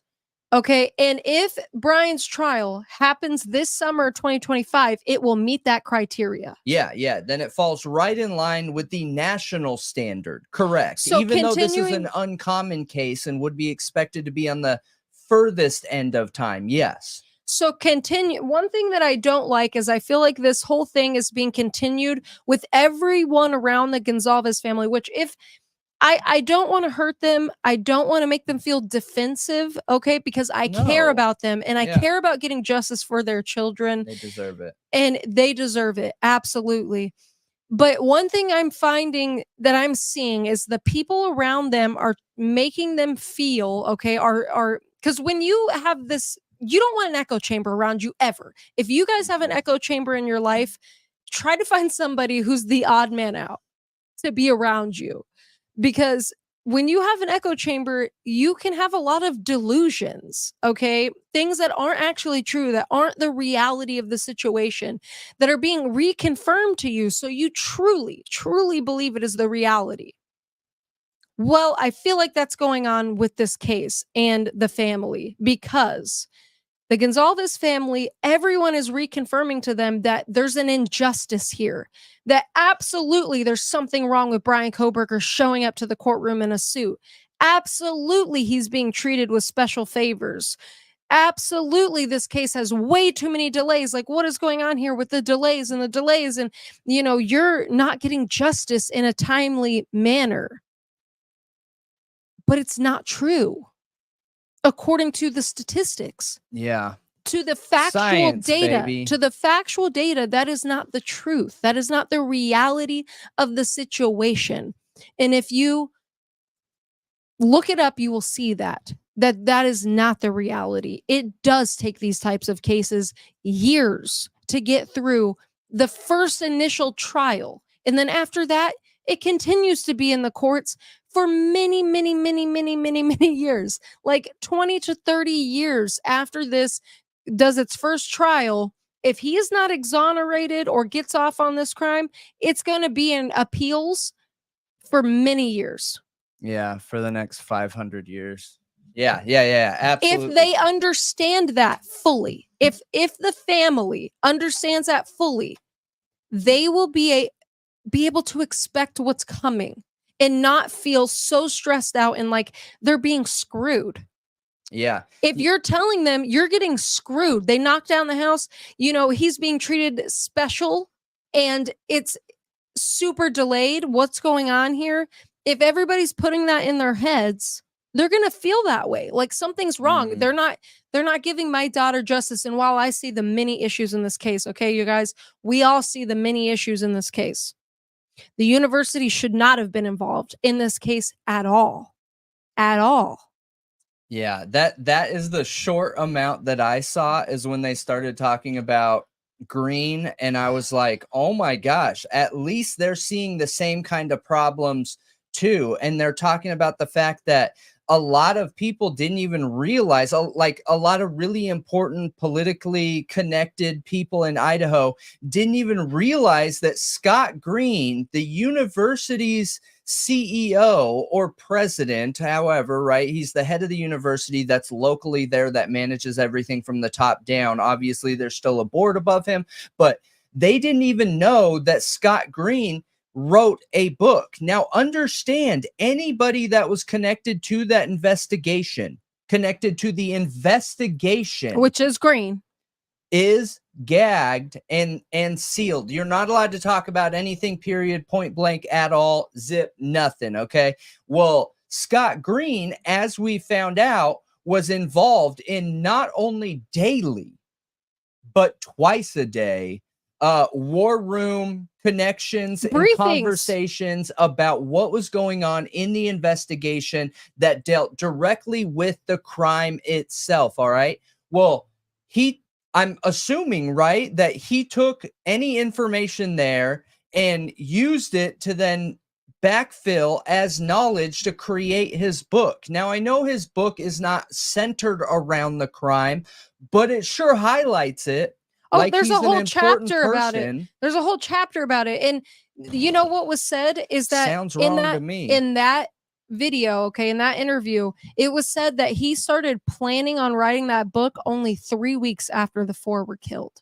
Only 3 weeks after they were killed, the book was in the works. As soon as he realized that he could manipulate and force his way into the case. Duh. I mean, let's not trick ourselves here. Is that a great financial decision? Yeah, absolutely. And it's a the great Gonzalez financial family decision. They were asking questions about him being involved in the press conferences, and they were not treated very well for asking those questions, which is really disheartening. They should be able to ask that kind of question. And that made me think too. No wonder Steve was and has been like an attack dog, okay? If you're asking valid questions, if you are in Steve's shoes, and I've had a soft spot for them, even though I don't agree with how certain information has come out and things like that, just because, you know, I relate with someone doesn't mean that I back and support every decision they make. They're a hurting, grieving family. Absolutely. And Steve losing his daughter, okay, that notorious comment that, you know, I'm owed that. I sent my daughter to college and she came back, you know, in a box. That's serious there. And that is huge trauma and, you know, emotions that you have to deal with that a lot of time take many years to get through the rest of your life. You're asking these very valid questions, trying to understand the who, what, how, when, where, why, and you're put down for asking those questions when it is your everything that you just lost. That sounds problematic. And I personally would probably turn into an attack dog too. Yep. You know what I mean? What else are you supposed to do? If the people that you're told that are there so that you feel safe, you can turn to and you can trust, are putting you down for asking the questions, I would be super offended if I was him. I'd be like, how dare you? You're not the one that just lost a child, and your job is to investigate what happened and why I lost a child, and you're attacking me? Woo! Yeah. I would be like, it would be a bad day. Yeah, I feel for them. I understand their anger and their hurt and them wanting to this to just be over with already. They feel like Bryan's 100% guilty, and they are like, why is it taking so long? Like, he's clearly guilty, and they've clearly been poisoned against Ann Taylor, which aligns, might I add, with the leaked text messages quite a bit, is the way he talks about Ann Taylor. It aligns very, very well. And anyone watching too, we make this claim every time we talk about the Idaho 4, because we all the time, almost everyone love to take Thought Riot Podcast and be like, oh, they're what do they call it?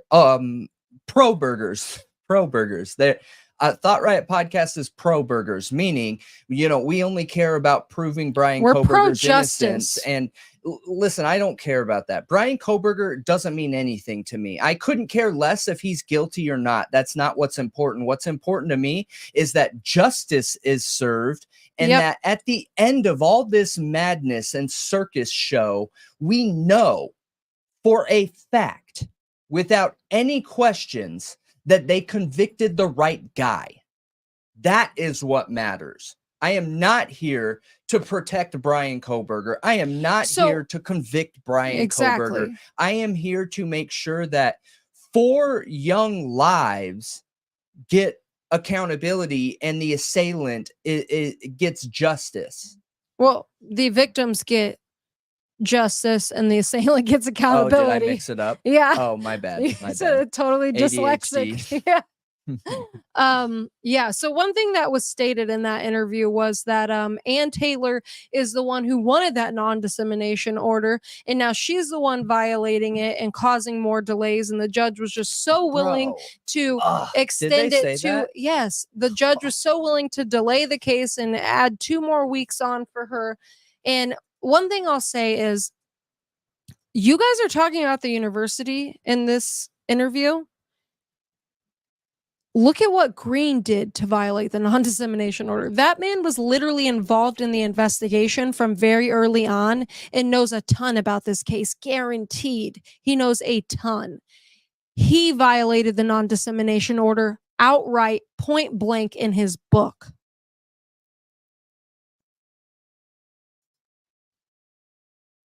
And we're talking crap about Ann Taylor for what she did? I just don't agree that violated the non-dissemination order by asking questions that have to do with media, what's been in media, not what's in Discovery. Yeah. No, he has listen, I agree background with knowledge. you. He has firsthand knowledge of this case from investigators from the beginning and wrote a book and included a whole chapter about it. He outright violated the non-dissemination order, not Ann Taylor. So that's all I'm saying. Yeah, I agree with I agree with everything you're saying. Literally, absolutely everything that The you're questions- saying. It's The questions may have been a bit much for Ann Taylor. Okay, like I understand people's opinions that they were a bit much, but I still do not agree that they violate the non-dissemination order because they're public knowledge and they're literally pushed in the media constantly. yeah. You know what? Court TV was airing Bryan Kohberger's hearings and putting that as a fact on the screen next to the hearing that he was following the victims on social media as a fact. And most of those questions were in the PCA. Most of them are literally in the PCA. Yeah. Wait, aren't all of? Not all of them. Not that he was arrested at his parents' house. Yeah. That's There's in the a- other document. There's like or 2 whatever. or 3 I that aren't gotcha. in the PCA. Yep.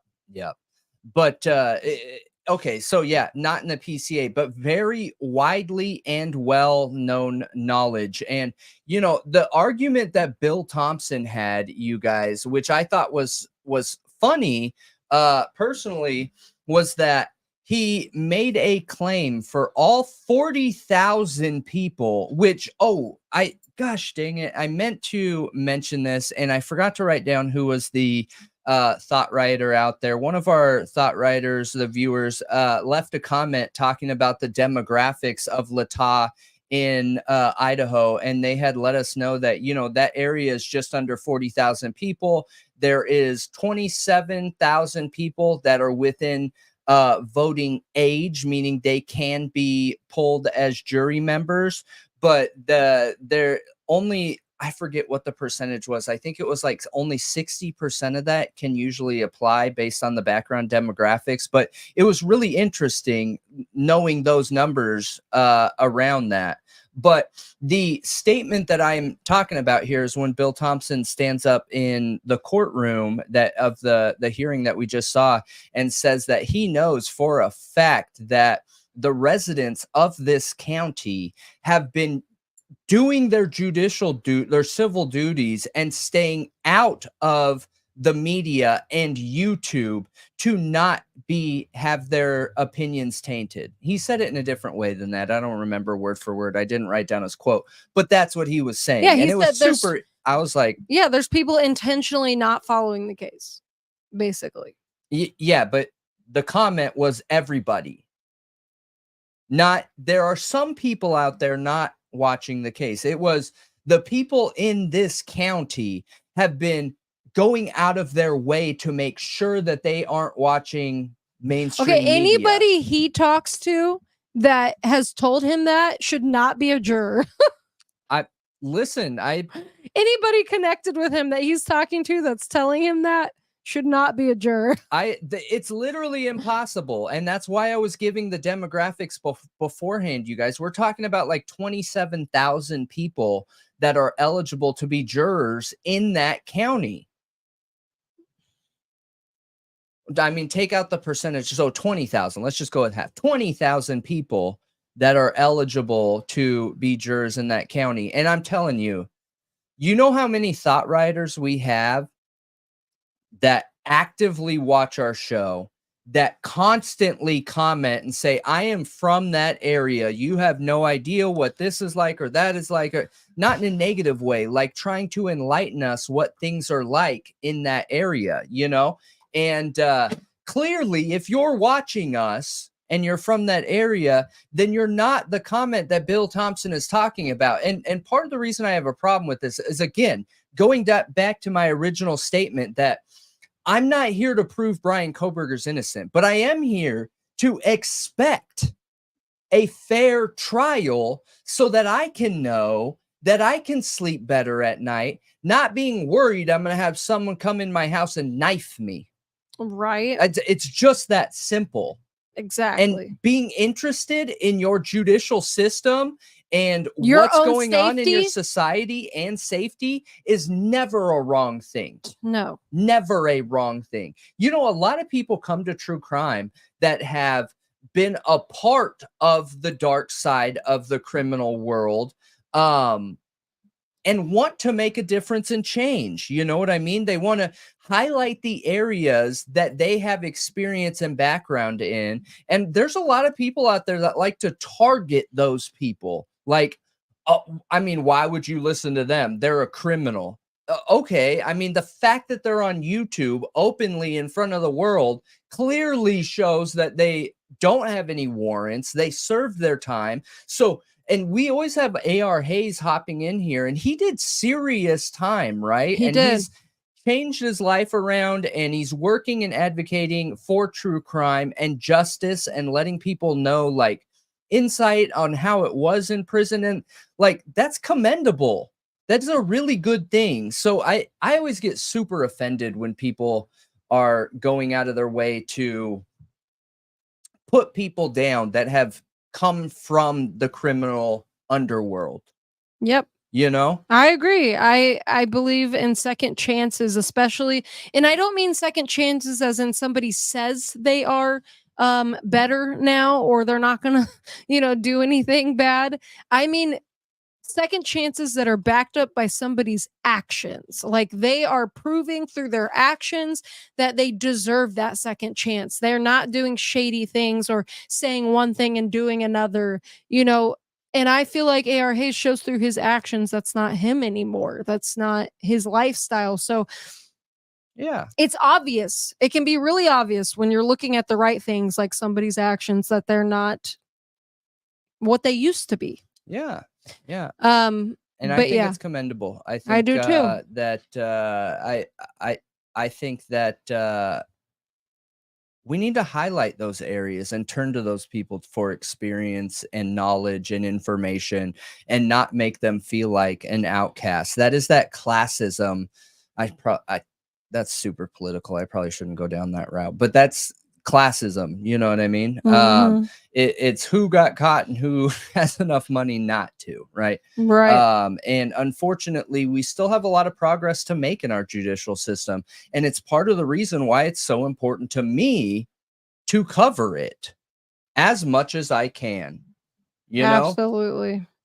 Mm-hmm. So, yeah, but I wanted to talk about a couple things today. Is there anything else from that interview that you remember? Because I haven't watched it. I haven't had the chance to dig into it or anything like that. Not right now. I just reapproach it. We can. I just wanted to get that bit off my chest because I think Steve and Christy need to hear it, if I'm being honest. And I don't know if they for sure watch our show or not, but I think sending that energy out there is a good idea because I think they're very much in an echo chamber because people feel sad for them, obviously, or empathetic to them, and will just confirm their beliefs and feelings about things without challenging it at all. Yeah. Because they don't want to upset them. And I understand that, but I don't think it's healthy. Yeah. And I think they need an odd man out. They don't need an echo chamber that confirms to them, like, yes, you're being screwed. Your daughter's not going to get justice. That kind of idea. I don't know. What is a friend? Is a friend somebody that co-signs your every statement and decision?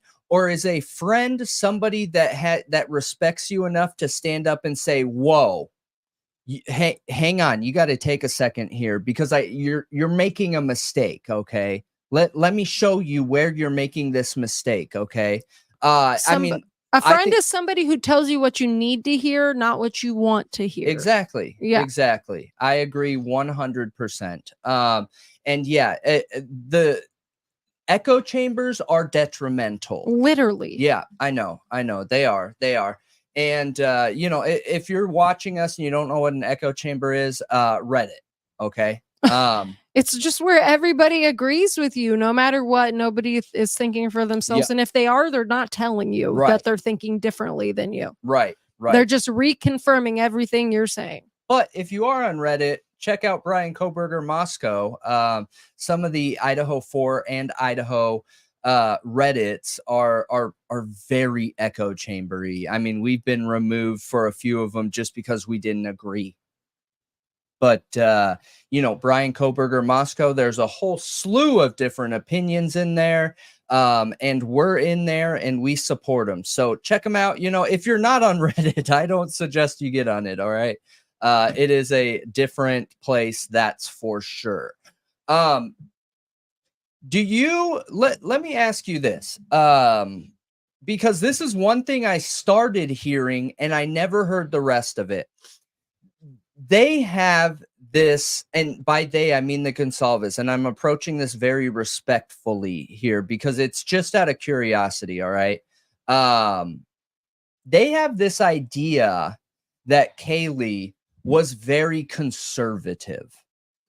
And loved Tucker Carlson. That's what was said in the interview room. Yeah, they said she loved Tucker Carlson and was conservative, and she had a bunch of conservative conspiracy theories. It sounds like she was following QAnon and like the Pizzagate thing is honestly what it sounds like.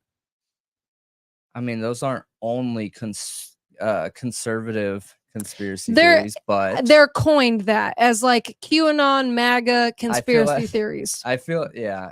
There's a lot of people who aren't conservative that have believed them, though. I'm anti putting a label on anything like that. So I personally don't want to look at either of those as conservative or anything. You know, they are conspiracy theories, whether you believe them or not. I just haven't done enough research myself. I've done some research into them, and to be honest, there's something there, though I don't have enough evidence to prove there's anything there. That's interesting. There's something there. There's weirdness. There's things that are real and factual that are weird. Could it be exactly what people think it is? No, but I think there's a little truth in it. A little. Do I think the whole thing is real? Not necessarily. But I know for a fact that there are powerful people who are pedophiles. Okay. Well, duh. Like we have, that Jeffrey Epstein Island. But there's way more than that, you guys. There's way more than that. And there is something there. Yeah. It could not be literally Pizzagate scenario completely. Yeah. But I think that Pizzagate was wild, dude. But there are things that are in that conspiracy theory that I think are true. No, listen, I hear you. And I've said this from the beginning, you guys, that there's normally the theory, the conspiracy theory. There's normally the mainstream media news story, and reality is normally here, you know, somewhere in the middle of those two things. Okay. It's not hidden that our mainstream media is owned. We know it's owned. There are documents that have been declassified from the 70s and 80s, official documents that have been declassified, Mockingbird, all those things, right? So we know that there is financial buy-in from very powerful corporations and people and things like that in our mainstream media. Yes. That's what makes Thought Riot great. Even though we do have financial supporters, they don't tell us what we need to talk about or anything like that, which is awesome. And we appreciate that.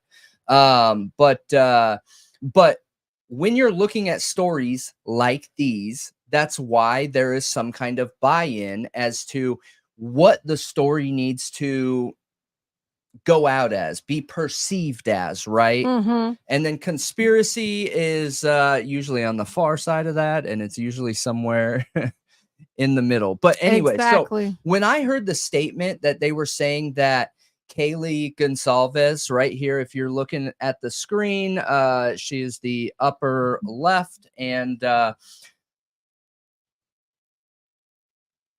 maybe their definition of conservative is different than my definition of conservative, but she didn't come off as conservative to me.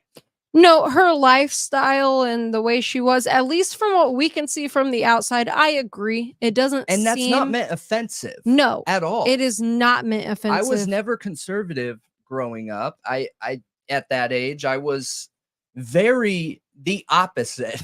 I'll just say that, you know? Yeah, and you know, it's also somebody can be conservative politically but not live their life like I don't know, super religious. Like religion and conservatism don't necessarily always have to coexist. I think there can be people who are non-religious or secular or anything in conservative politics because that's the type of politics that just makes sense to them. Is it becoming divided to where it's like if you're religious you almost have to be that way? Like, yeah, it's kind of becoming that way, but it doesn't have to be. And I know there are people out there who are sensible enough to know that and believe in a certain way without being religious. You know what I mean? Without taking religion into it. Yeah. Into the equation. I do not think religion and politics should coexist at all. I think Yeah. everyone has the rights to their beliefs and they should be completely separate to what you believe with your politics. Listen, I agree. I'm right there with you. And that's why I said in the beginning of this that, you know, maybe their definition of what conservative is different, because clearly in the small bit that I heard, and I've probably heard 5% of that interview that they had, you guys, the way they were presenting Kaylee Gonzalez as being conservative was her everyday life and decisions. They were talking about her conservatism socially. They meant it socially, like she was a conservative person. And everything I see is the opposite of that. Yeah, and we're not but here I'm to not, I don't know her, obviously. So we're not what? here to talk politics either, because we don't like mixing no politics at all with true crime. We do not like it. We do not do it. So we're not trying to take a political stance or discuss our political beliefs or talk politics at all. We're going off of, if we get big enough, we'll make a political channel. That's what I wanted to do originally. I love politics, but there is no room. Brendan will make a political debate channel where he'll debate what's his face? Collins. No. Who? What's his name? Who? Ben Shapiro. Ben Shapiro. Yeah. I would live for that. But dude. He actually loves Ben Shapiro, but that doesn't mean he agrees with everything he says. No, I like Ben Shapiro's approach. So like the dude has serious skills around debate. I don't know if you guys have noticed that, but with how quick he is, and he's always thinking about the conversation 5 steps ahead, and I can see it. I can literally see it as I'm watching him. He is amazing at debating, literally amazing. I don't even care what he's talking about. I'm watching his presentation. Like, you can turn Shapiro all the way down. I don't need to hear what he's saying. It's his presentation. The dude's a salesman. So you like his salesmanning? I do. Yeah, I do. I do. Okay. I think he has something. His decisions to create a media company is right in line with who he is. I think he has a winning formula. Okay. Yeah. All right. But anyways, off the politics. Yes, off of that. I do find it interesting they describe her as a conservative and that she loved Tucker Carlson, which her loving Tucker Carlson could be loving his media personality. It may not be her agreeing with his politics, exactly like what we just talked about with Brendan. Kaylee may not agree with all of his politics, but she could still like his personality. Like, it doesn't, Kaylee may be more like us, okay? We both are in the middle somewhere. Neither one of us want to pick a side, okay? And want to battle the other side. That's not the way we think and feel. So Kaylee may have been like that. And just like Tucker Carlson's personality, that doesn't mean she's a good conservative woman. You know what I mean? Like that kind of idea. Yeah. So, and huge shout out to Regina. We appreciate you. One of our longtime watchers here, always hooking up the chat and saying hello. Super chat says, just wanted to say, I assume you mean hi, you guys, and to the chat. And hello. We appreciate that you're here. And thank you very much. So why I targeted that statement, okay, or that idea that Kaylee Gonsalves. Thank you, Regina. Since Brennan wants to stop talking, let me say thank you. Yeah, just butt in. Thank you for the super chat. I am the rant. Okay, so I'm just go gonna ahead. Change my name to the rant. So when it comes to this conservative idea of Kaylee Gonsalves, okay, we all know that the Idaho 4 has enough gossip. I hate misinformation. Has enough gossip, hearsay, drama, and everything soap opera in between, right? It has enough. So when you see somebody coming out, a family member, and saying, you know, she was conservative, she absolutely was conservative, while simultaneously seeing pictures and photos that weren't conservative and stories of friends that show, I mean, she wasn't acting very conservative. It just adds more questions to the case. That's the only reason I'm highlighting that, because it makes me wonder, are we seeing reality and then a parent's desired reality, and they're a little bit further from each other than what seems like they are? And another good example of this is like the situation with Jack, like them wanting them to get married and be together, but Kaylee literally rebelling against that. Yeah. And because they even talked about it a little bit in that interview, where they talked about, like, you know, she didn't want kids in marriage right now. She just didn't want it. No, she wanted to be broken up so she could go on her trip and do her thing and not be tied down. And that's completely reasonable. It is in reasonable. My opinion. She wanted to experience life. She wanted to be single. And she had been with him for a very long time. And it makes sense. And I do agree it's reasonable.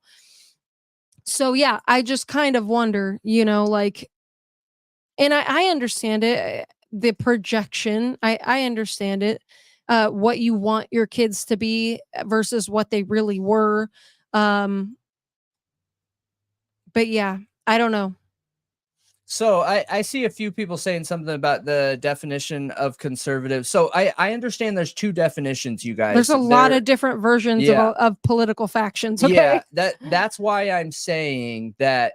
Look, I don't want to get into philosophy right now, but philosophy says that a definition of a word is what the majority of people believe it is. Okay. So there's always normally a couple definitions. You have the social definition, you have the political definition, and that's what we're trying to figure out, is what is in between. And what's interesting is her parents draw the connection that she was a conservative person based on her interests politically, and the fact they make that her out she to be likes MAGA. Tucker Carlson. They make her out to be a MAGA conservative. And they is make her, exactly what they make her seem like. Yeah, absolutely, absolutely. And that's partly why I had the big question marks around it, is what does this mean? Because based on everything we're seeing, when we see in pictures, when we're seeing friends' statements, it doesn't align with what they're saying.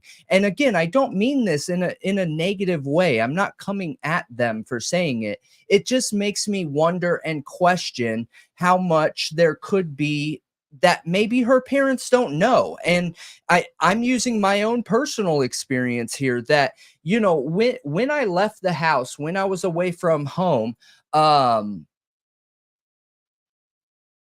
didn't tell my parents anything, nothing, absolutely nothing, for at least, like, I don't know, 5 years or more.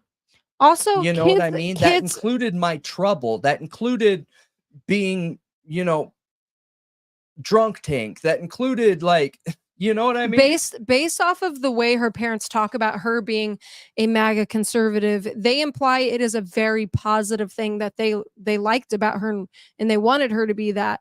So that implies to me they are that. They are MAGA conservatives. And I know a lot of people have thought they were, which is fine. They are entitled to their beliefs.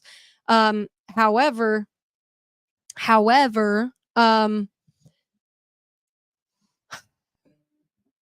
parents want to see what they want to see in kids, and kids only let their parents see what they want their parents to see. You know what I mean? Exactly. So I mean, what it's exactly. very you want to please your parents, okay? So I mean, I think it's very possible when she talks to her parents, that's who she is. Yeah, when she's other places, she's somebody else, and that's completely normal. And it's completely normal. Yeah. And all kids do it, if I'm being honest. Literally all of them. They are one way when they're with their family. They're another when they're somewhere else. She was growing. She was trying to learn to stand on her own 2 feet and be an adult in this world. So I think that she may not be everything. I think she was everything and more than what they thought she was, okay? Yeah. But I don't think they knew all of it because she was becoming an adult. Dude, she, in my opinion, based on everything I'm seeing, she was like a beast, like in the best way possible. I'm saying that in the best way possible. An incredible, motivated. Yeah. When she wanted something, she absolutely went and got it. When she wanted, a certain kind of clothing, when she wanted a certain kind of car, when she wanted a certain job, when she wanted a certain trip, she went out there and got it. And that is incredible. That is absolutely amazing and commendable. And it's just incredible. Okay. And, but when I'm looking at some of the evidentiary pictures, statements, everything I'm saying, how she's presented is not what I see. Yeah. It is not what I see. Okay. When they're talking about the type of conservatism she was, they're talking about like traditional Christian values, moral absolutism, traditional family values, American exceptionalism, all the political things that I don't even want to name because I just don't want that to be picked up in the algorithm. But that is how she was presented, and that's not what we see. That is not what we see in pictures and things. That's all I was getting at, is I feel like there's that separation there. And the reason why I think it's important is, let's just say Bryan Kohberger is let out and or found out to not be the suspect.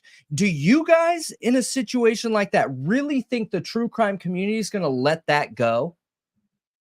No way. Nope. No way. So I think being able to see these people for who they were is really important. The public at large will not. And Bryce Jones with a super chat. I don't know how many zeros are there. 1,000,000% facts. We appreciate you, and thank you, and super stoked to have you here. Thank you, my friend. Yes, thank you, Bryce. And I also struggle a bit talking about this because I don't know. I feel kind of bad talking about it, like a little bit, because they want to see her a certain way, and I've arguing that it may not be 100% what it was. I mean, yeah,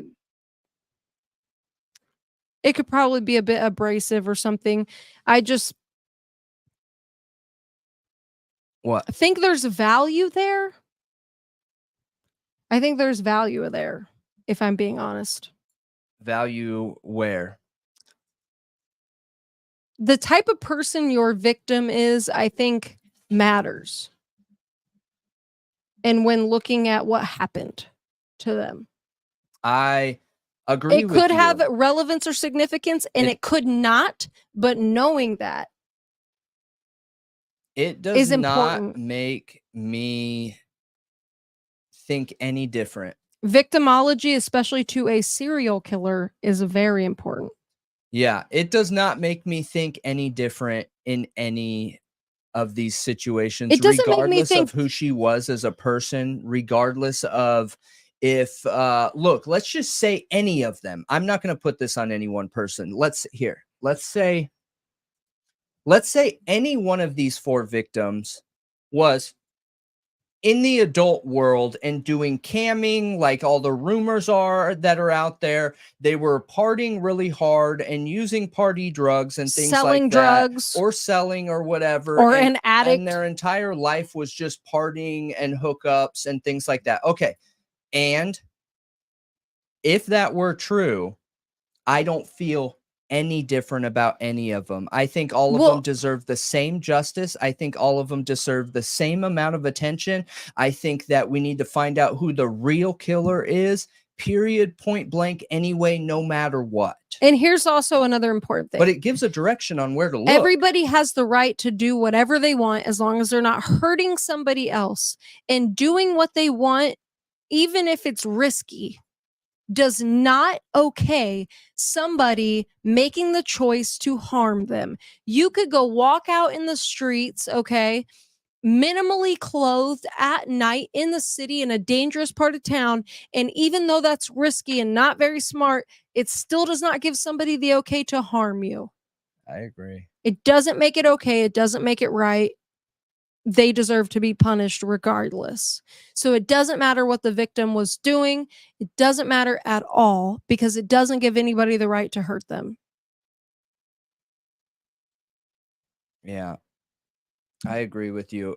My big concern is like the community, we want to research. We want to investigate. We want to try and connect dots. We like being a part of communities and the true crime community and taking an interest and caring about what's going on in our public and society. And that's great. And I think understanding who someone is, any victim, it doesn't even have to do with this case, is really important.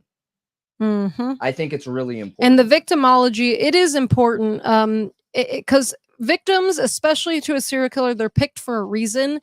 And I think that whoever did this is a serial killer. And I do not think they're just a budding serial killer. I believe they are one. They have done something before, whether they've, yes. You think so?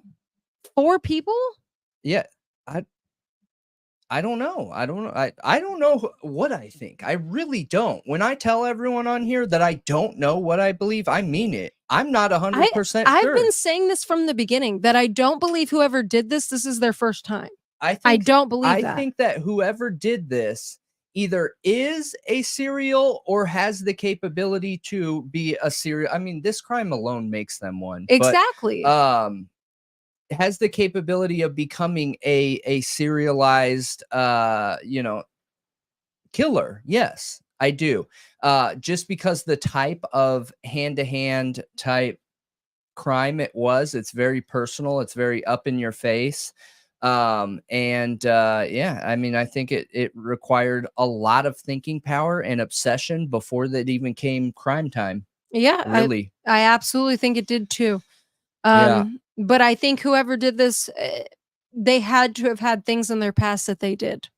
You don't just get comfortable breaking into somebody's house and doing this. Like, even for a serial killer, that takes practice. That takes getting comfortable doing it because you are not raised to be okay with that. You are not raised to feel comfortable breaking into somebody else's home and the adrenaline and unpredictability of it and all of those things. Like serial killers, there's a reason peeping toms are, being a peeping Tom is a huge red flag for a serial killer. There's a reason hurting animals is a huge red flag for a serial killer. And robberies and breaking into homes is because it comes in steps. There are steps for them to get comfortable and they escalate doing this. Yeah.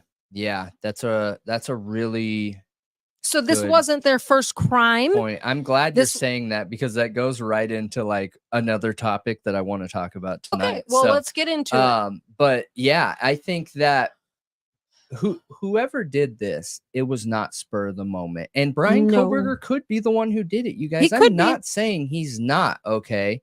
I just think that whoever did it obsessed about this mentally for a very long time. Yeah.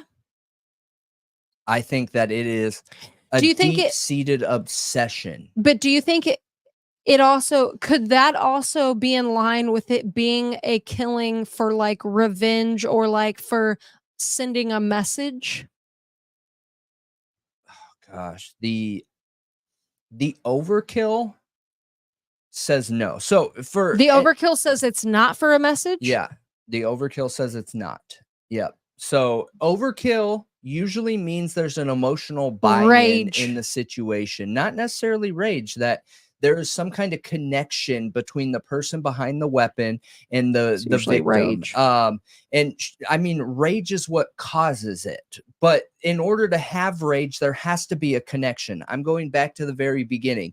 If you don't know the person, you're not going to rage against that person. You're not going to feel offended against that person. Yeah. There's not going to be a connection there to give overkill. What, like when our soldiers are highly trained, you know, A-team soldiers go and do operations in other countries, like when they got Osama bin Laden or whatever, those guys don't go in there. And a lot of times they do feel some kind of resentment against our enemy because they've been at war for so long, have lost friends, have lost family members, have lost everything. Exactly. When they go in there to conduct an operation, and if they're having to end people's lives in that operation, do you think that they're stabbing them 50 times, or do you think that they're stabbing areas in the shortest, quickest way possible? Shortest, quickest way possible. So if you're there because this idea and theory that, you know, there's some kind of revenge, or you needed to make a statement because there was some kind of money buy-in, whatever any of the theories are, I don't think you would have seen the overkill at the level that. So you're saying a soldier on the street, a soldier who has been ordered to kill somebody because of something, or, you know, it's revenge because they flush money down the toilet, as the conspiracy theory says in this case, that that would not be an overkill situation. That would be a mission. Yeah, get it done and get out. I think overkill only happens when they know each other, or there's some kind of emotional connection in some way. Yeah. What if it's a hatred? I think it could be hatred of the type of person you're killing. I think it could be much less likely. I need to do a little bit of research, but I don't think when you look into like the really extensive FBI and CIA profiling breakdowns, I don't think they include a lot of that in there. I'm pretty sure when I was researching overkill that the overkill has very specific specifications, whereas there has to be some kind of emotional attachment. Because even when you look at that crime that we looked into, the hot yoga studio, the Florida hot yoga studio, where this guy truly was an incel, truly hated women, and was targeting that location. There wasn't overkill in there. It was going for the maximum amount of victims, you know? So I don't know. Well, I think what's it's weird about likely. this. That's what's really weird about this crime, because there was overkill and there was a lot of victims. Yeah, you're right. And there was overkill on almost all of them. If the details are true. Correct. If the details are true, yes, there was overkill. At least one, but could be all. Could be all. Could be all. Which is really weird. It's interesting. It's really, really interesting. That idea. It is. That I don't think it could be someone random off the street. You know, we've talked about the Brent Kopaka multiple times, you guys. I know right now we're doing mainly lives, but if you look under our videos on our main page, you'll be able to find it. We actually have an Idaho 4 playlist. We have a Brent Kopaka playlist, and you can find all our videos in there on this topic.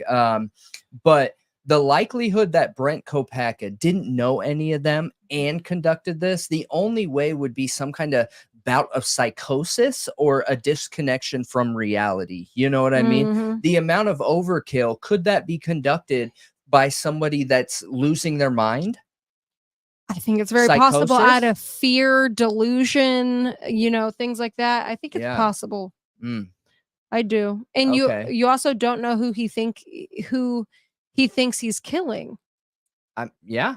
He thought a man was outside of his hotel room Yeah, you're right. messing with him. Like, does he think that one of these people is that man? Does and he think one of them was a man, and that well, this there was a man in there, right? But was he gone enough to think that these 4 victims were men and people that had been, chasing him targeting and him. messing with him and targeting him for months?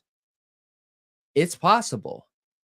But Yeah, here, you want to but read this real quick? It does seem unlikely in some ways too. I though. agree. I think it seems unlikely. I've never been sold on the Kopaka situation at all. But there's some weird things there, sure. But he was going through like a lot. He was going through a lot. I think the Kopaka situation is possible, but not likely. Not likely. I think there's a lot of other theories that make a lot more sense, but I do think that there is a reality where it could possibly happen. Absolutely. With what we have right now, yeah, I see the possibility. If there were more facts out there, then maybe I wouldn't think that anymore, that it could be ruled out completely. Yeah.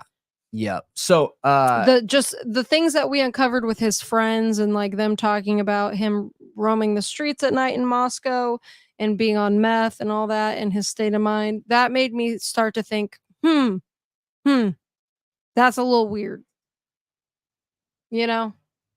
Yes, absolutely. So we got a super chat here, and real quick, you guys, I apologize. I got to run to the restroom. I had too much Celsius to control my ADHD.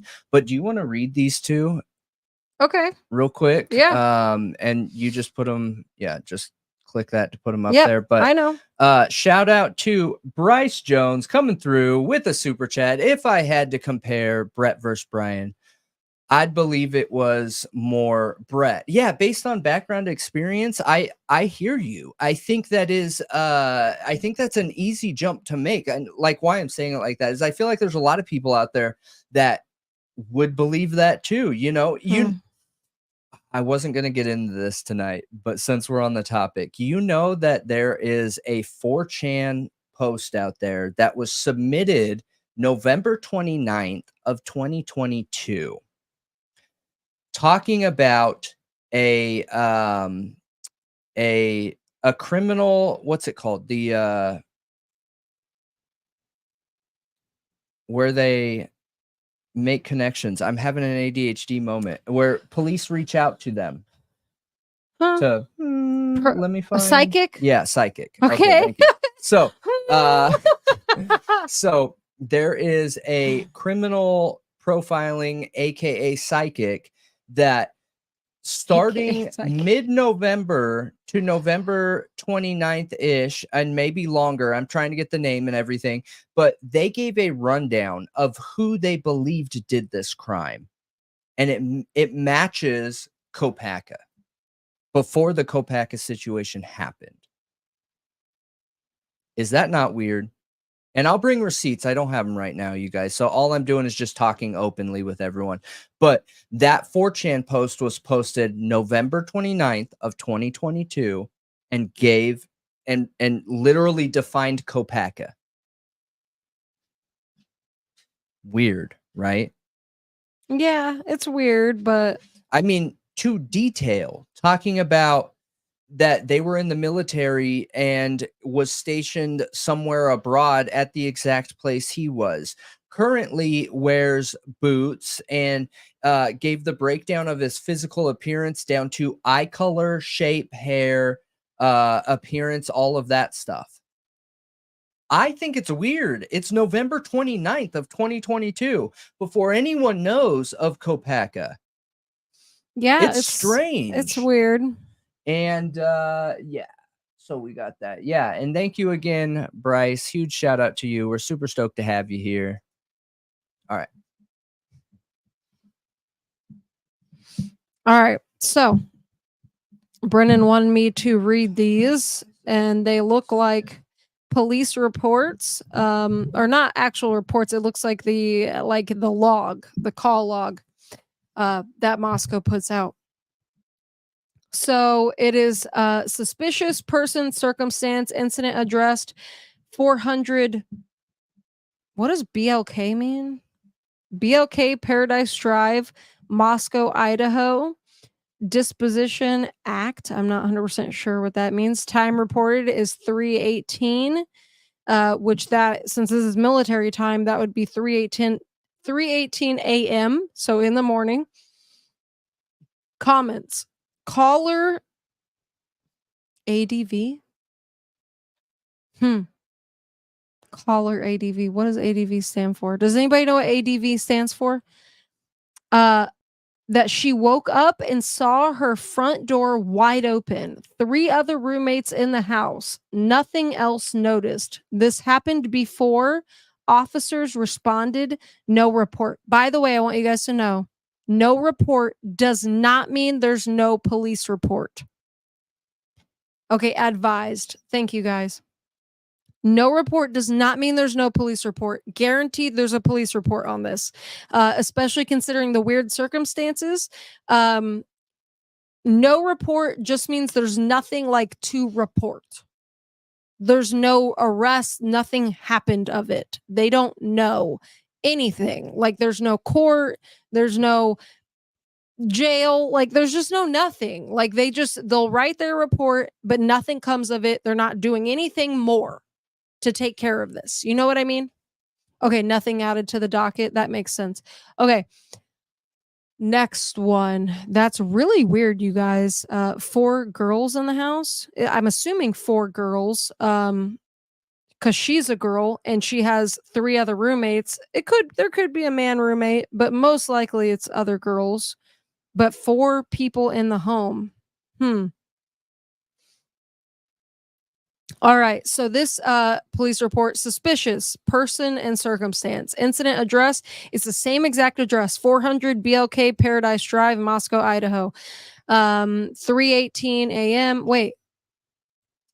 This is the same exact one, Brendan. Is this a different... Where's the date? Hold on. Why did you tell me to read both of these? Oh, I had 2 different ones. Hang on. I was thinking, like, while I was reading, I was like, that's kind of weird. Yeah, I have 2 different ones. Both Okay. of them say the same thing. I think Yeah, both of these say the same exact thing. I must have saved the wrong one. So there's 2 reports out there that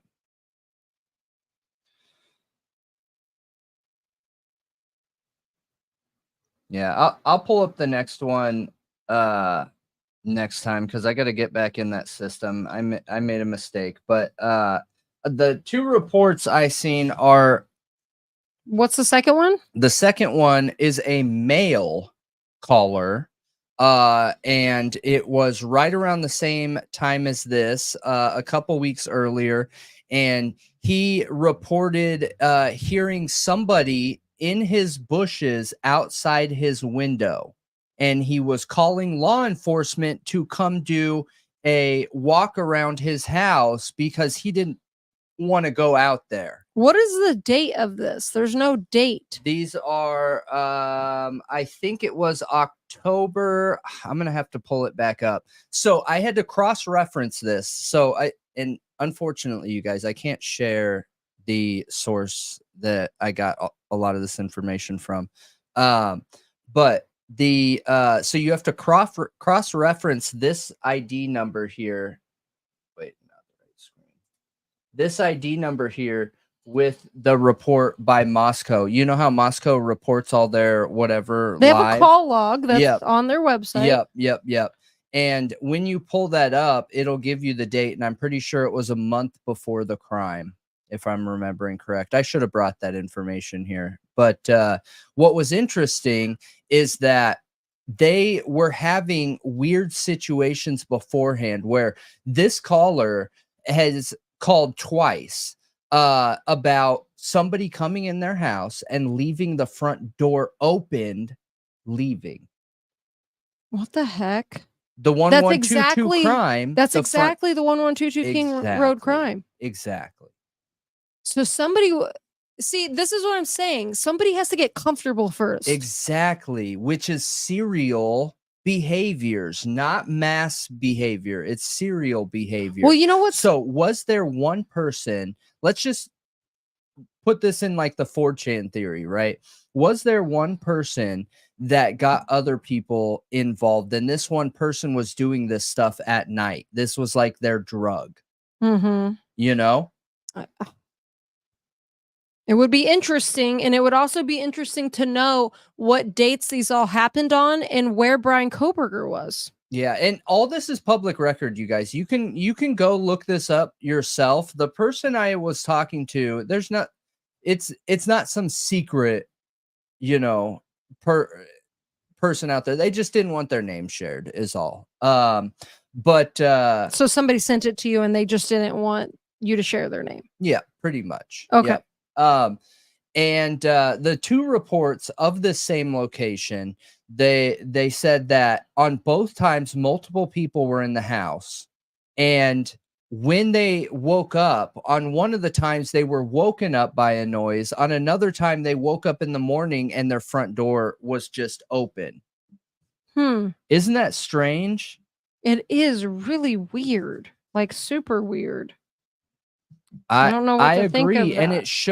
it shows like the behavioral intent. You know what I mean? Yeah, I get it. It's really weird. I mean, it sounds so similar, and not to mention all these homes have multiple roommates in them. Exactly. Most likely college kids. So This progression. is so what if it is Bryan Kohberger? I saw somebody just saying this is really close to the crime scene. Like 400 Paradise Drive is really, really close to 1122 King Road, which is interesting. I agree. It is interesting because we're seeing escalation.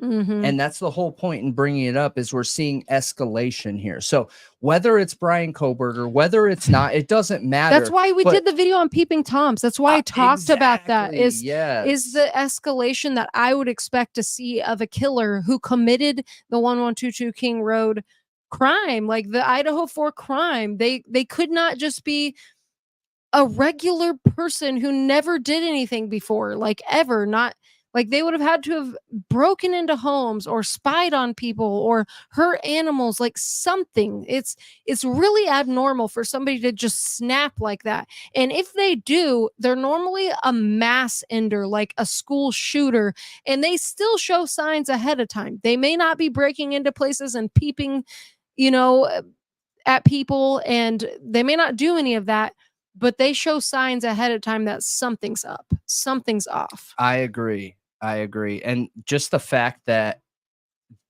this was out there. Okay. So what could be reason for law enforcement not coming out in the open and sharing this information? Sharing that they had weird crimes before this crime? Yeah. Something that is connectable. I don't know. I don't understand any of the police's choices in this crime, if I'm being honest. I just ruling out Buddy as a possible connection and not doing any forensic testing. I agree. I don't understand that. I think they were ill-equipped. I don't think they were ready for a crime of this nature and or magnitude. And I don't think they know what to look for in connections.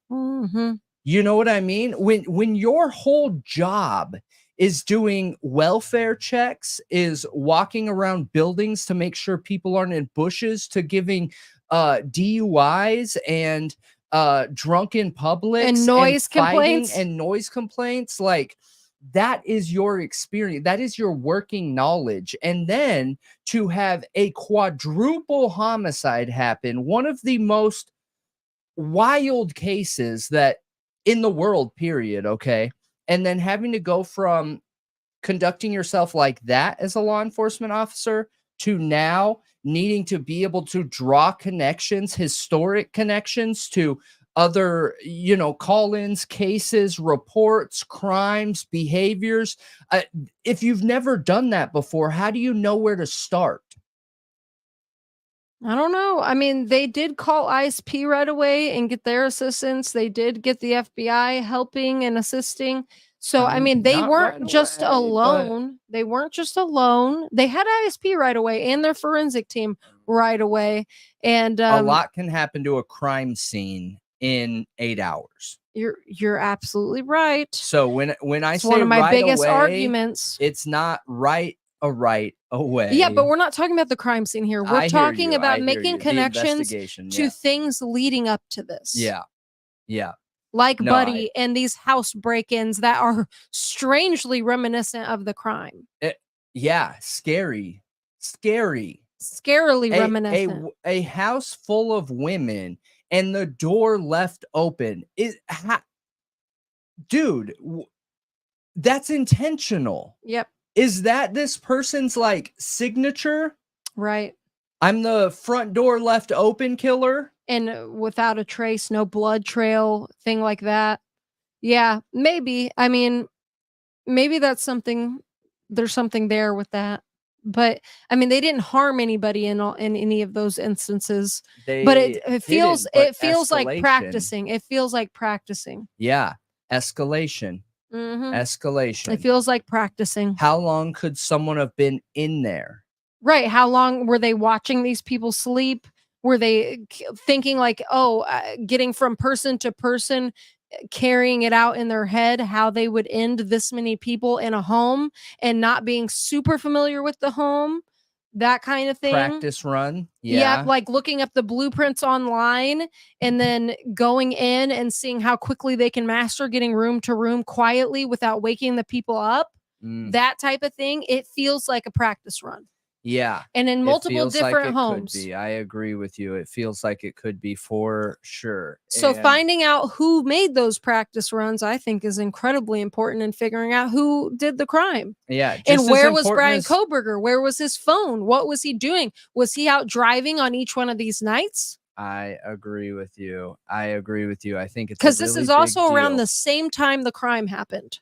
It is right around the same time that the crime happened. Yep. And Bryan Kohberger was in town at that time. He was. Yeah.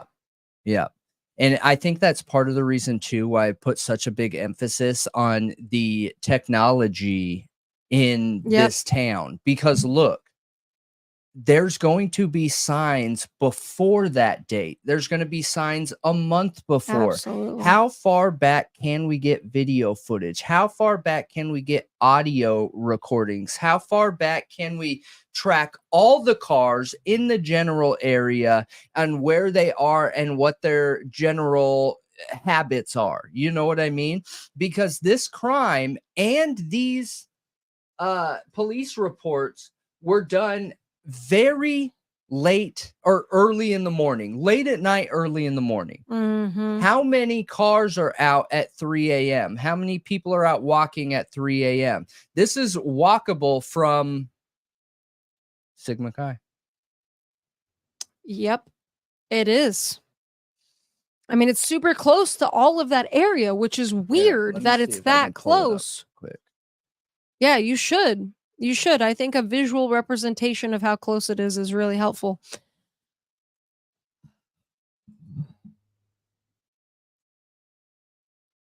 What does BLK mean, though? Block. Oh, the block of? 400 block, Paradise Drive.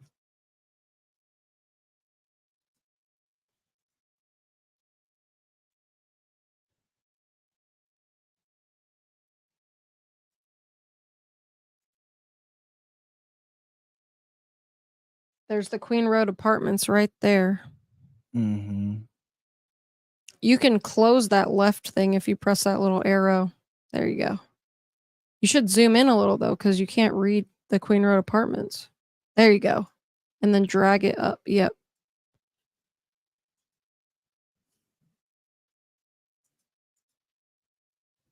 Yeah. So up in the left-hand corner, right there, you can see Sigma Chi. And right below that, you see you see the area, Queen Road, King Road, and the Queen Road Apartments. Right here. Yep, that's Sigma Chi. Then show where the Queen Road Apartments. Where's the home right there? It's right up. It's So right, king, queen, right here. there. Yeah. Well, no, to the Right here. right. Yeah. Yeah. And then go, and then right down there, that red spot down at the bottom right corner, that is where this happened, the 400 block of Paradise Road. That is very close. Because just imagine here- this is a what? Just 2 minute quick walk or no, unshare that for a second so I can do something. okay. Because I can tell you exactly how long it is. All right.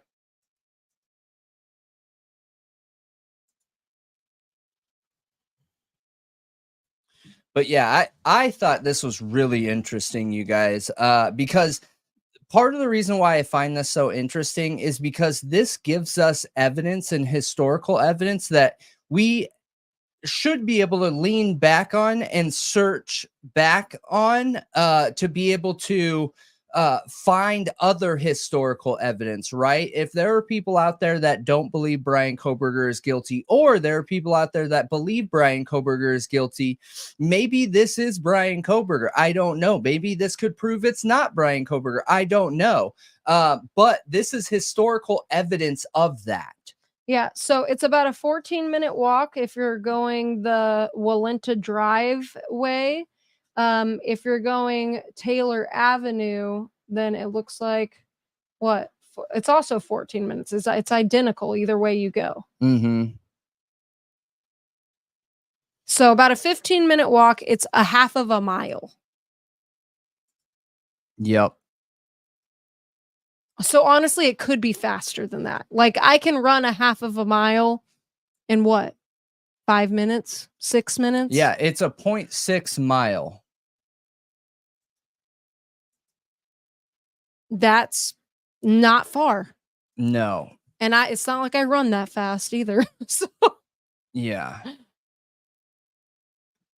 it is not far at all. I agree. 15 minutes is literally like slow pace walking.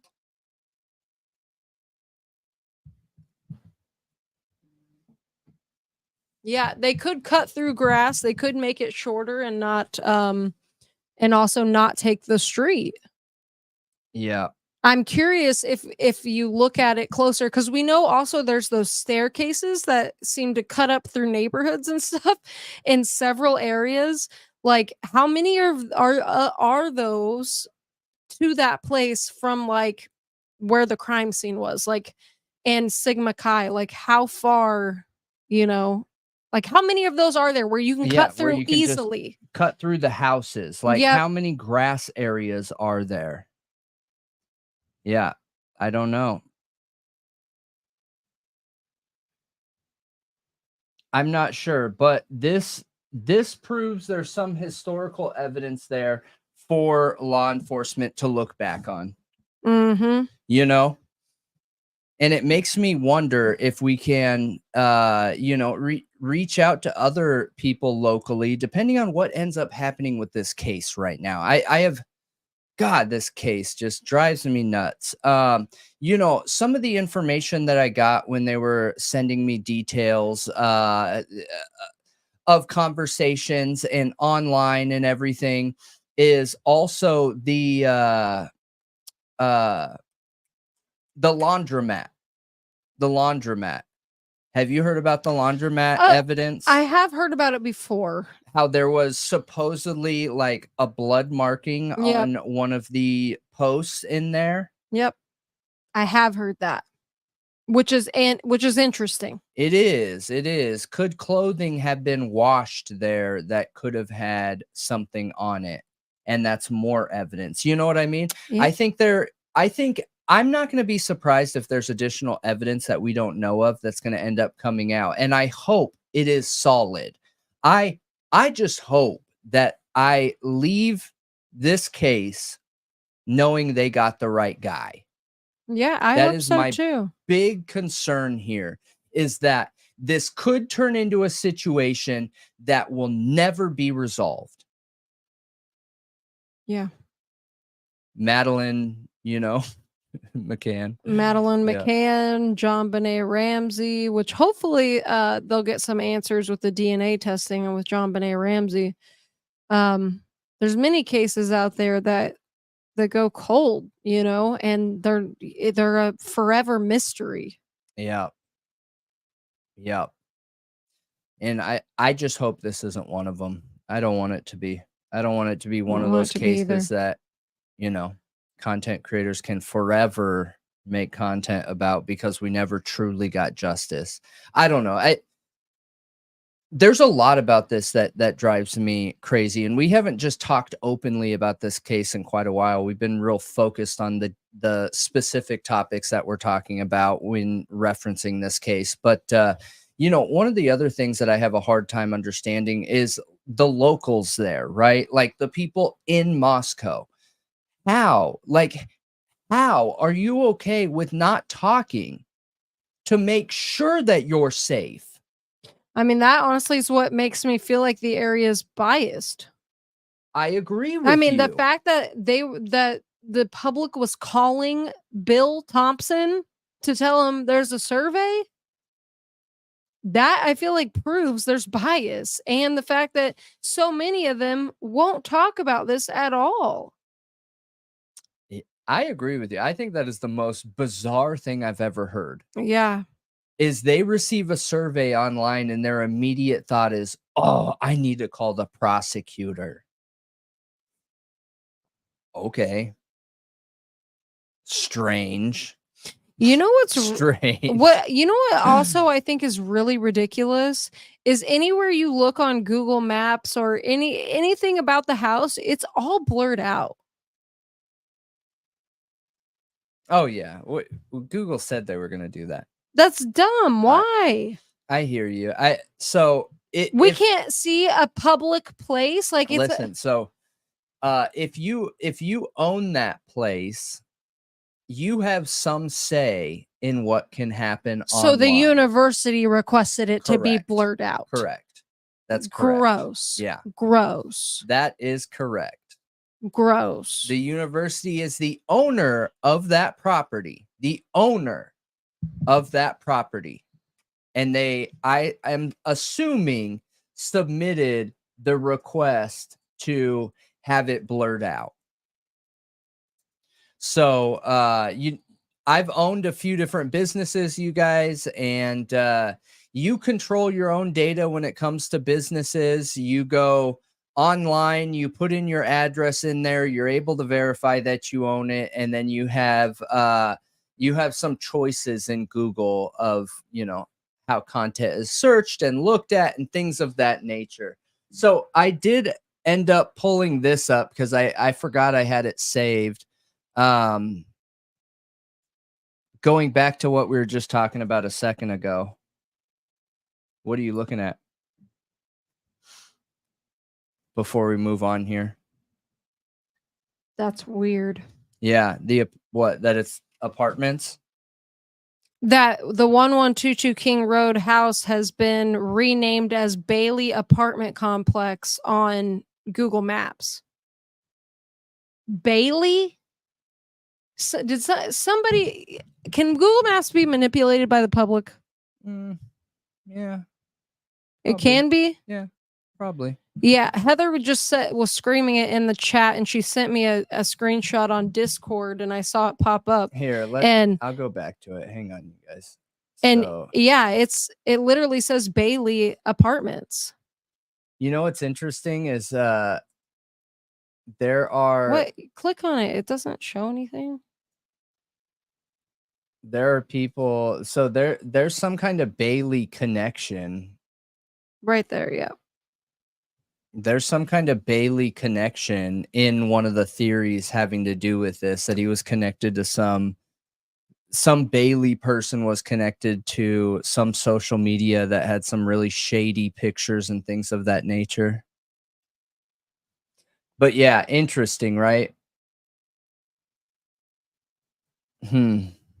Weird. Why would it be named that? I don't know. I need to go into the details of Google Maps and do a little bit of Should take a screenshot of it, or I will. I'll take a screenshot of it right now, actually. Okay. I mean, it's also on. You guys video. obviously can also look this up yourself. It's there, and yeah, really weird. And it's literally, when you pull it up and you click on it, it is addressed as 1122 King Road, and it's literally says Bailey Apartment Complex. Yeah. So going back, really weird. And sorry if that was a little loud, you guys. Going back here, I pulled that up. Here we go. So, and I don't know if I want to share the medium. This is what pops up in connection. Okay. Really I gotcha. freaking weird. It's not Emma. That's not who I'm talking about. No, I know that's not who you're talking about. Yeah. But I just saw that and I was like, oh yeah, that's interesting. Very yeah, interesting. we have so what you were saying here is a psychic medium with a solid track record has been saying, and if you guys can see, this is November 29th of 2022. This is at 2:47 p.m. Obsessed with Maddie. Afghanistan, maybe this isn't the detailed one. Maybe served, blue eyes, dark hair, older, mid-30s to 40, but loves the college scene, looks younger for his age, in shape and works out, possibly jogs, maybe in the neighborhood, lives locally, has been to their parties, been to the bar they attend many times, not on the cops' radar, has commented on Maddie's social media in the past, is pretty smart and covered tracks pretty well. That's why no suspect. There's some kind of internet trail they can find him by, even if it's a comment on her page. Obsessed with horror films and serial enders, possibly has a charge like battery, is a budding serial killer and will kill again, is eyeing another victim already, smokes alcohol, brings out his demons, wears boots.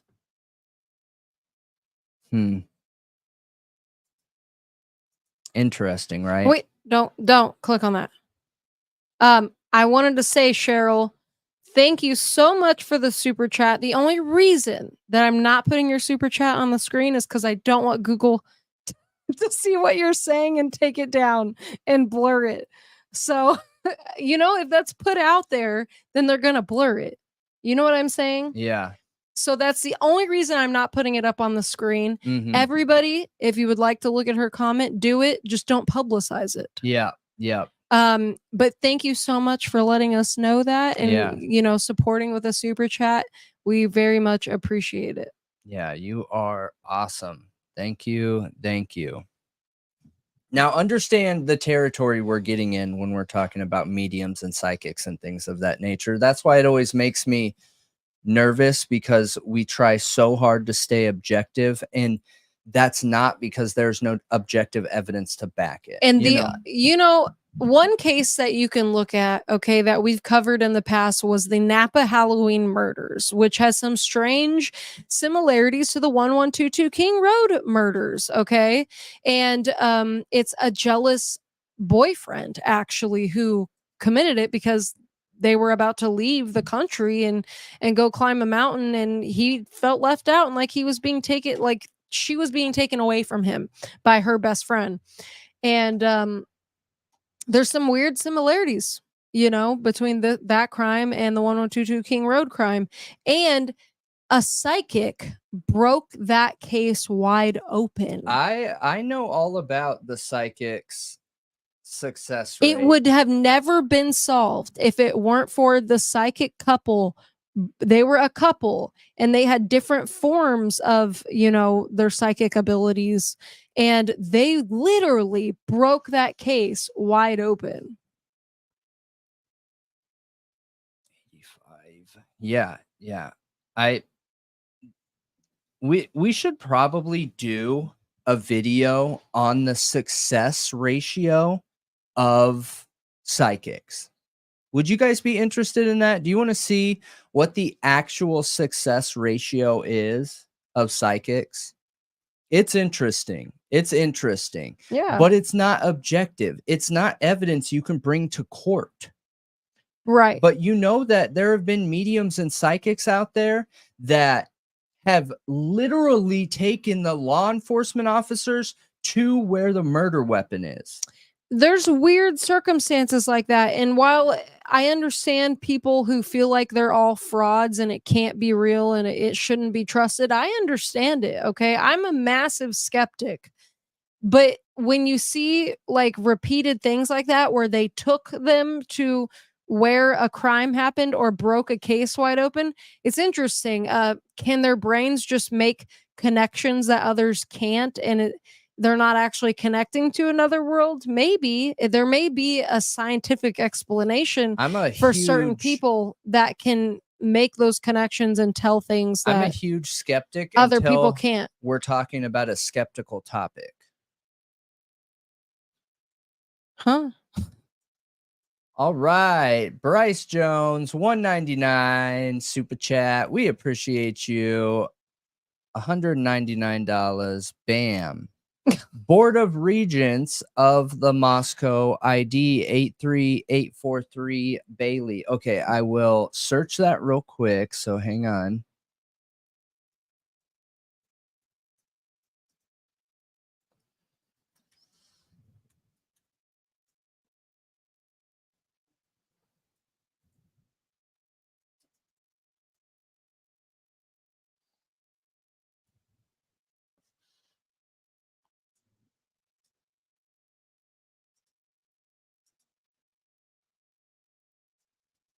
You didn't type in Bailey.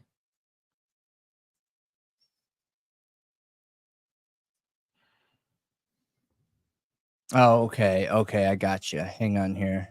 Give me just a second. Let me copy and paste this. Do protected.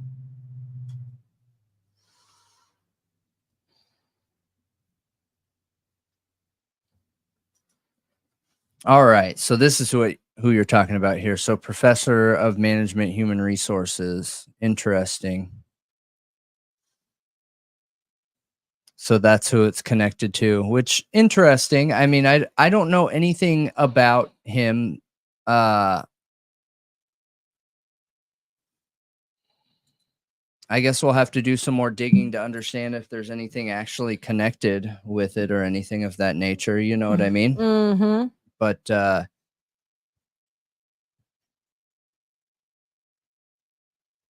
yeah, I don't know what I don't know what that means. I don't know how he could be connected to anything. Maybe he's the one that was submitting the request to have it taken down. I don't know. I'm not sure. You know, I just found these reports extremely interesting, you guys.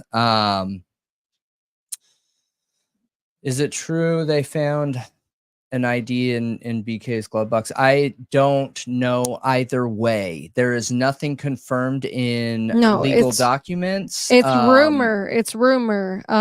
There's nothing ever stated that he found it or that they found one of the victims' IDs.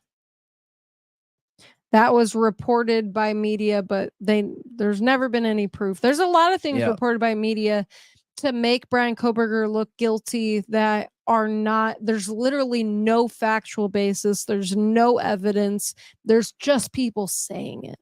Here, I just so happen to have what was found in his car here. There's a lot of people answering in the chat too. Swabs. So this is found in the 2015 Hyundai Elantra registered to Bryan Kohberger. Swabs, Ziploc bag with pink zipper, 7 quarters, plastic baggie with green zipper, 36 dimes, 32 nickels, 8 pennies, gloves, receipts, car insurance card, car registration, hiking boots, comfort in room key holder and stay information, tire irons, shovel, goggles, floor mats, reflective vest, used water bottles, wrench, door panel, seats and seat cushions, headrests, seat belt, visor, fiber, brake pedal, gas pedal, phone charger, Band-Aid, wrappers, maps, documents, seat belt, boot. It wasn't, the rumor wasn't it was in his car. It was that it was in a box in the parents' home. So can you pull that back up? What? I mean, I'm not showing it anyways, but You don't need to show it. I want to see it. Because that's not what was stated. It was some people I think misunderstood and thought it was in his glove box, but I believe it was in some kind of lock box in his room that there was IDs found. What?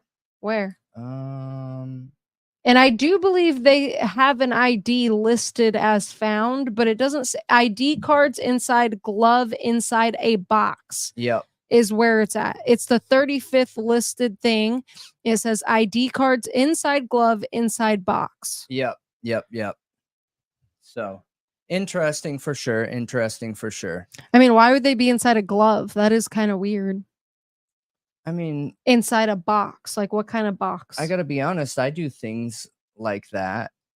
Yeah, they could be his own old IDs for sure. I put things in other things and then stick them in other things. But inside a glove is kind of weird. What kind of glove though? Are we talking medical style glove? Or are we talking about a leather glove that he, was like putting up in a way? Kind of thing. Does that change whether it sounds more guilty or less? Yes, to me, yes. It does change it a little bit. It does. Are you joking? No. Why? I'm not joking. Yeah, why? Inside a medical glove, I could see it being like tied off to prevent any transfer of like DNA or anything like that. It could also be like something like if you were using it to, like, I don't know, cut up drugs to snort. I don't know. Containing the mess. I don't know why you wouldn't put it just in a Ziploc baggie, though. I don't know why a glove. Yeah, I mean, I think they found weed. Yeah. He lived in Washington. That makes sense. Yeah. It makes total sense. Yep. I don't know. I could see a little bit. I could see it being like one being a little stranger than the other. Could it also be a victim ID and a victim glove? Memorabilia? Maybe. I think anything's possible. I really do. I really think anything's possible. But yeah, interesting for sure.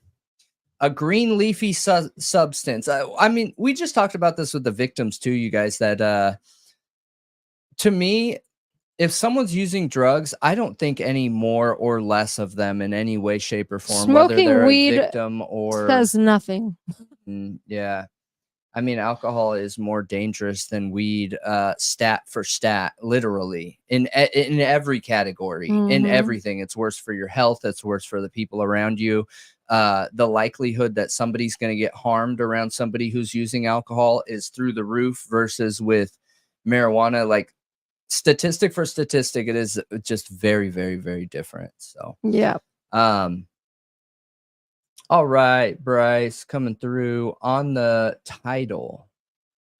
What's on the title? I wonder if he was asking about the details of the car. So it said something about the title here at the bottom. So car insurance, car registration. I don't see anything specifically about the title, but yeah, it's interesting. It's definitely interesting for sure. But I think that is it for tonight, unless you have any other details that you want to bring forward. I have a lot of evidence. I am curious about this right here and going a little bit deeper with it. And I don't know if I said I appreciate you, Bryan, but thank you for that super chat. Thank you. Yes, thank you. But with the psychic medium, and part of the reason why I was really curious about this is due to the date that it's posted. With it being November 29th of 2022, we're seeing details here that could be Kohberger, some kind of if it's mix, or it could be any other law enforcement officer out of Moscow. To me, You know? both of this, for what, it's really weird because blue eyes, dark hair, like that fits Kohberger. Yep, it sure does. There's a bunch of details in there that could go, like, that could fit Brent Kopaka and Kohberger, which is kind of weird. Yep. Really weird. You know what's also weird? Hmm. Can you pull it back up? Pull what up? This? No. What? The thing. I want to look at what it says. This? Yeah. Yeah. You know who it also fits? Who? And it's weird that they say commented on Maddie's social media. Really weird.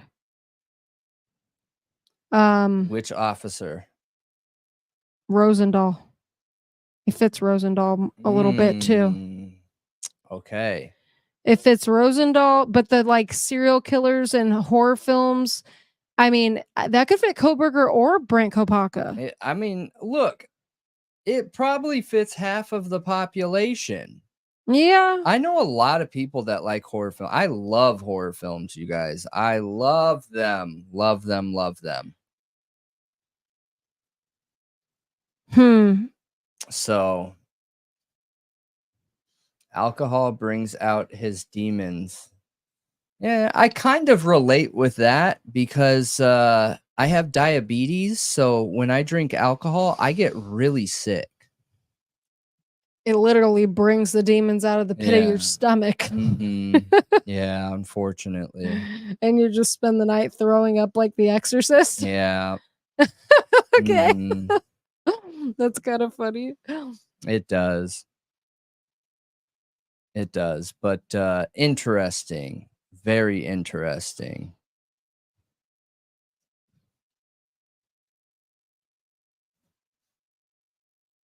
All right, you guys. I think that is it for the Thought Riot Podcast, your favorite true crime and criminal culture podcast, where we dig into all things true crime, dig into the culture of criminal activity and what we think about it. And we do it all with you. And we are live, and we have a whole bunch of really cool technology related things coming to make our lives even better, more interactive, more engaging, more fun, more custom, more everything. I think it's going to be good. More everything. I mean, who doesn't just want more everything? Yeah. You know? If someone approached you and was like, hey, I can give you more everything, wouldn't you? I'd be like, tell me where to go.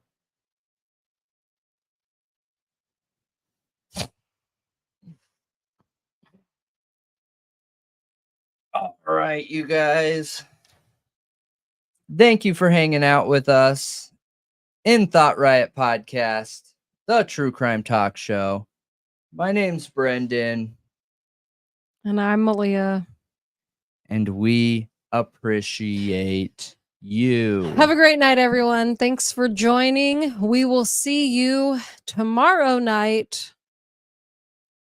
And until then, have a good one. Good night. And we will see you next time. Bye. Bye. Hit that like button. Hit that comment. Make sure you join us on all our social media, including Discord and Twitter or X. Yes. Facebook too. Facebook too. And see you next time.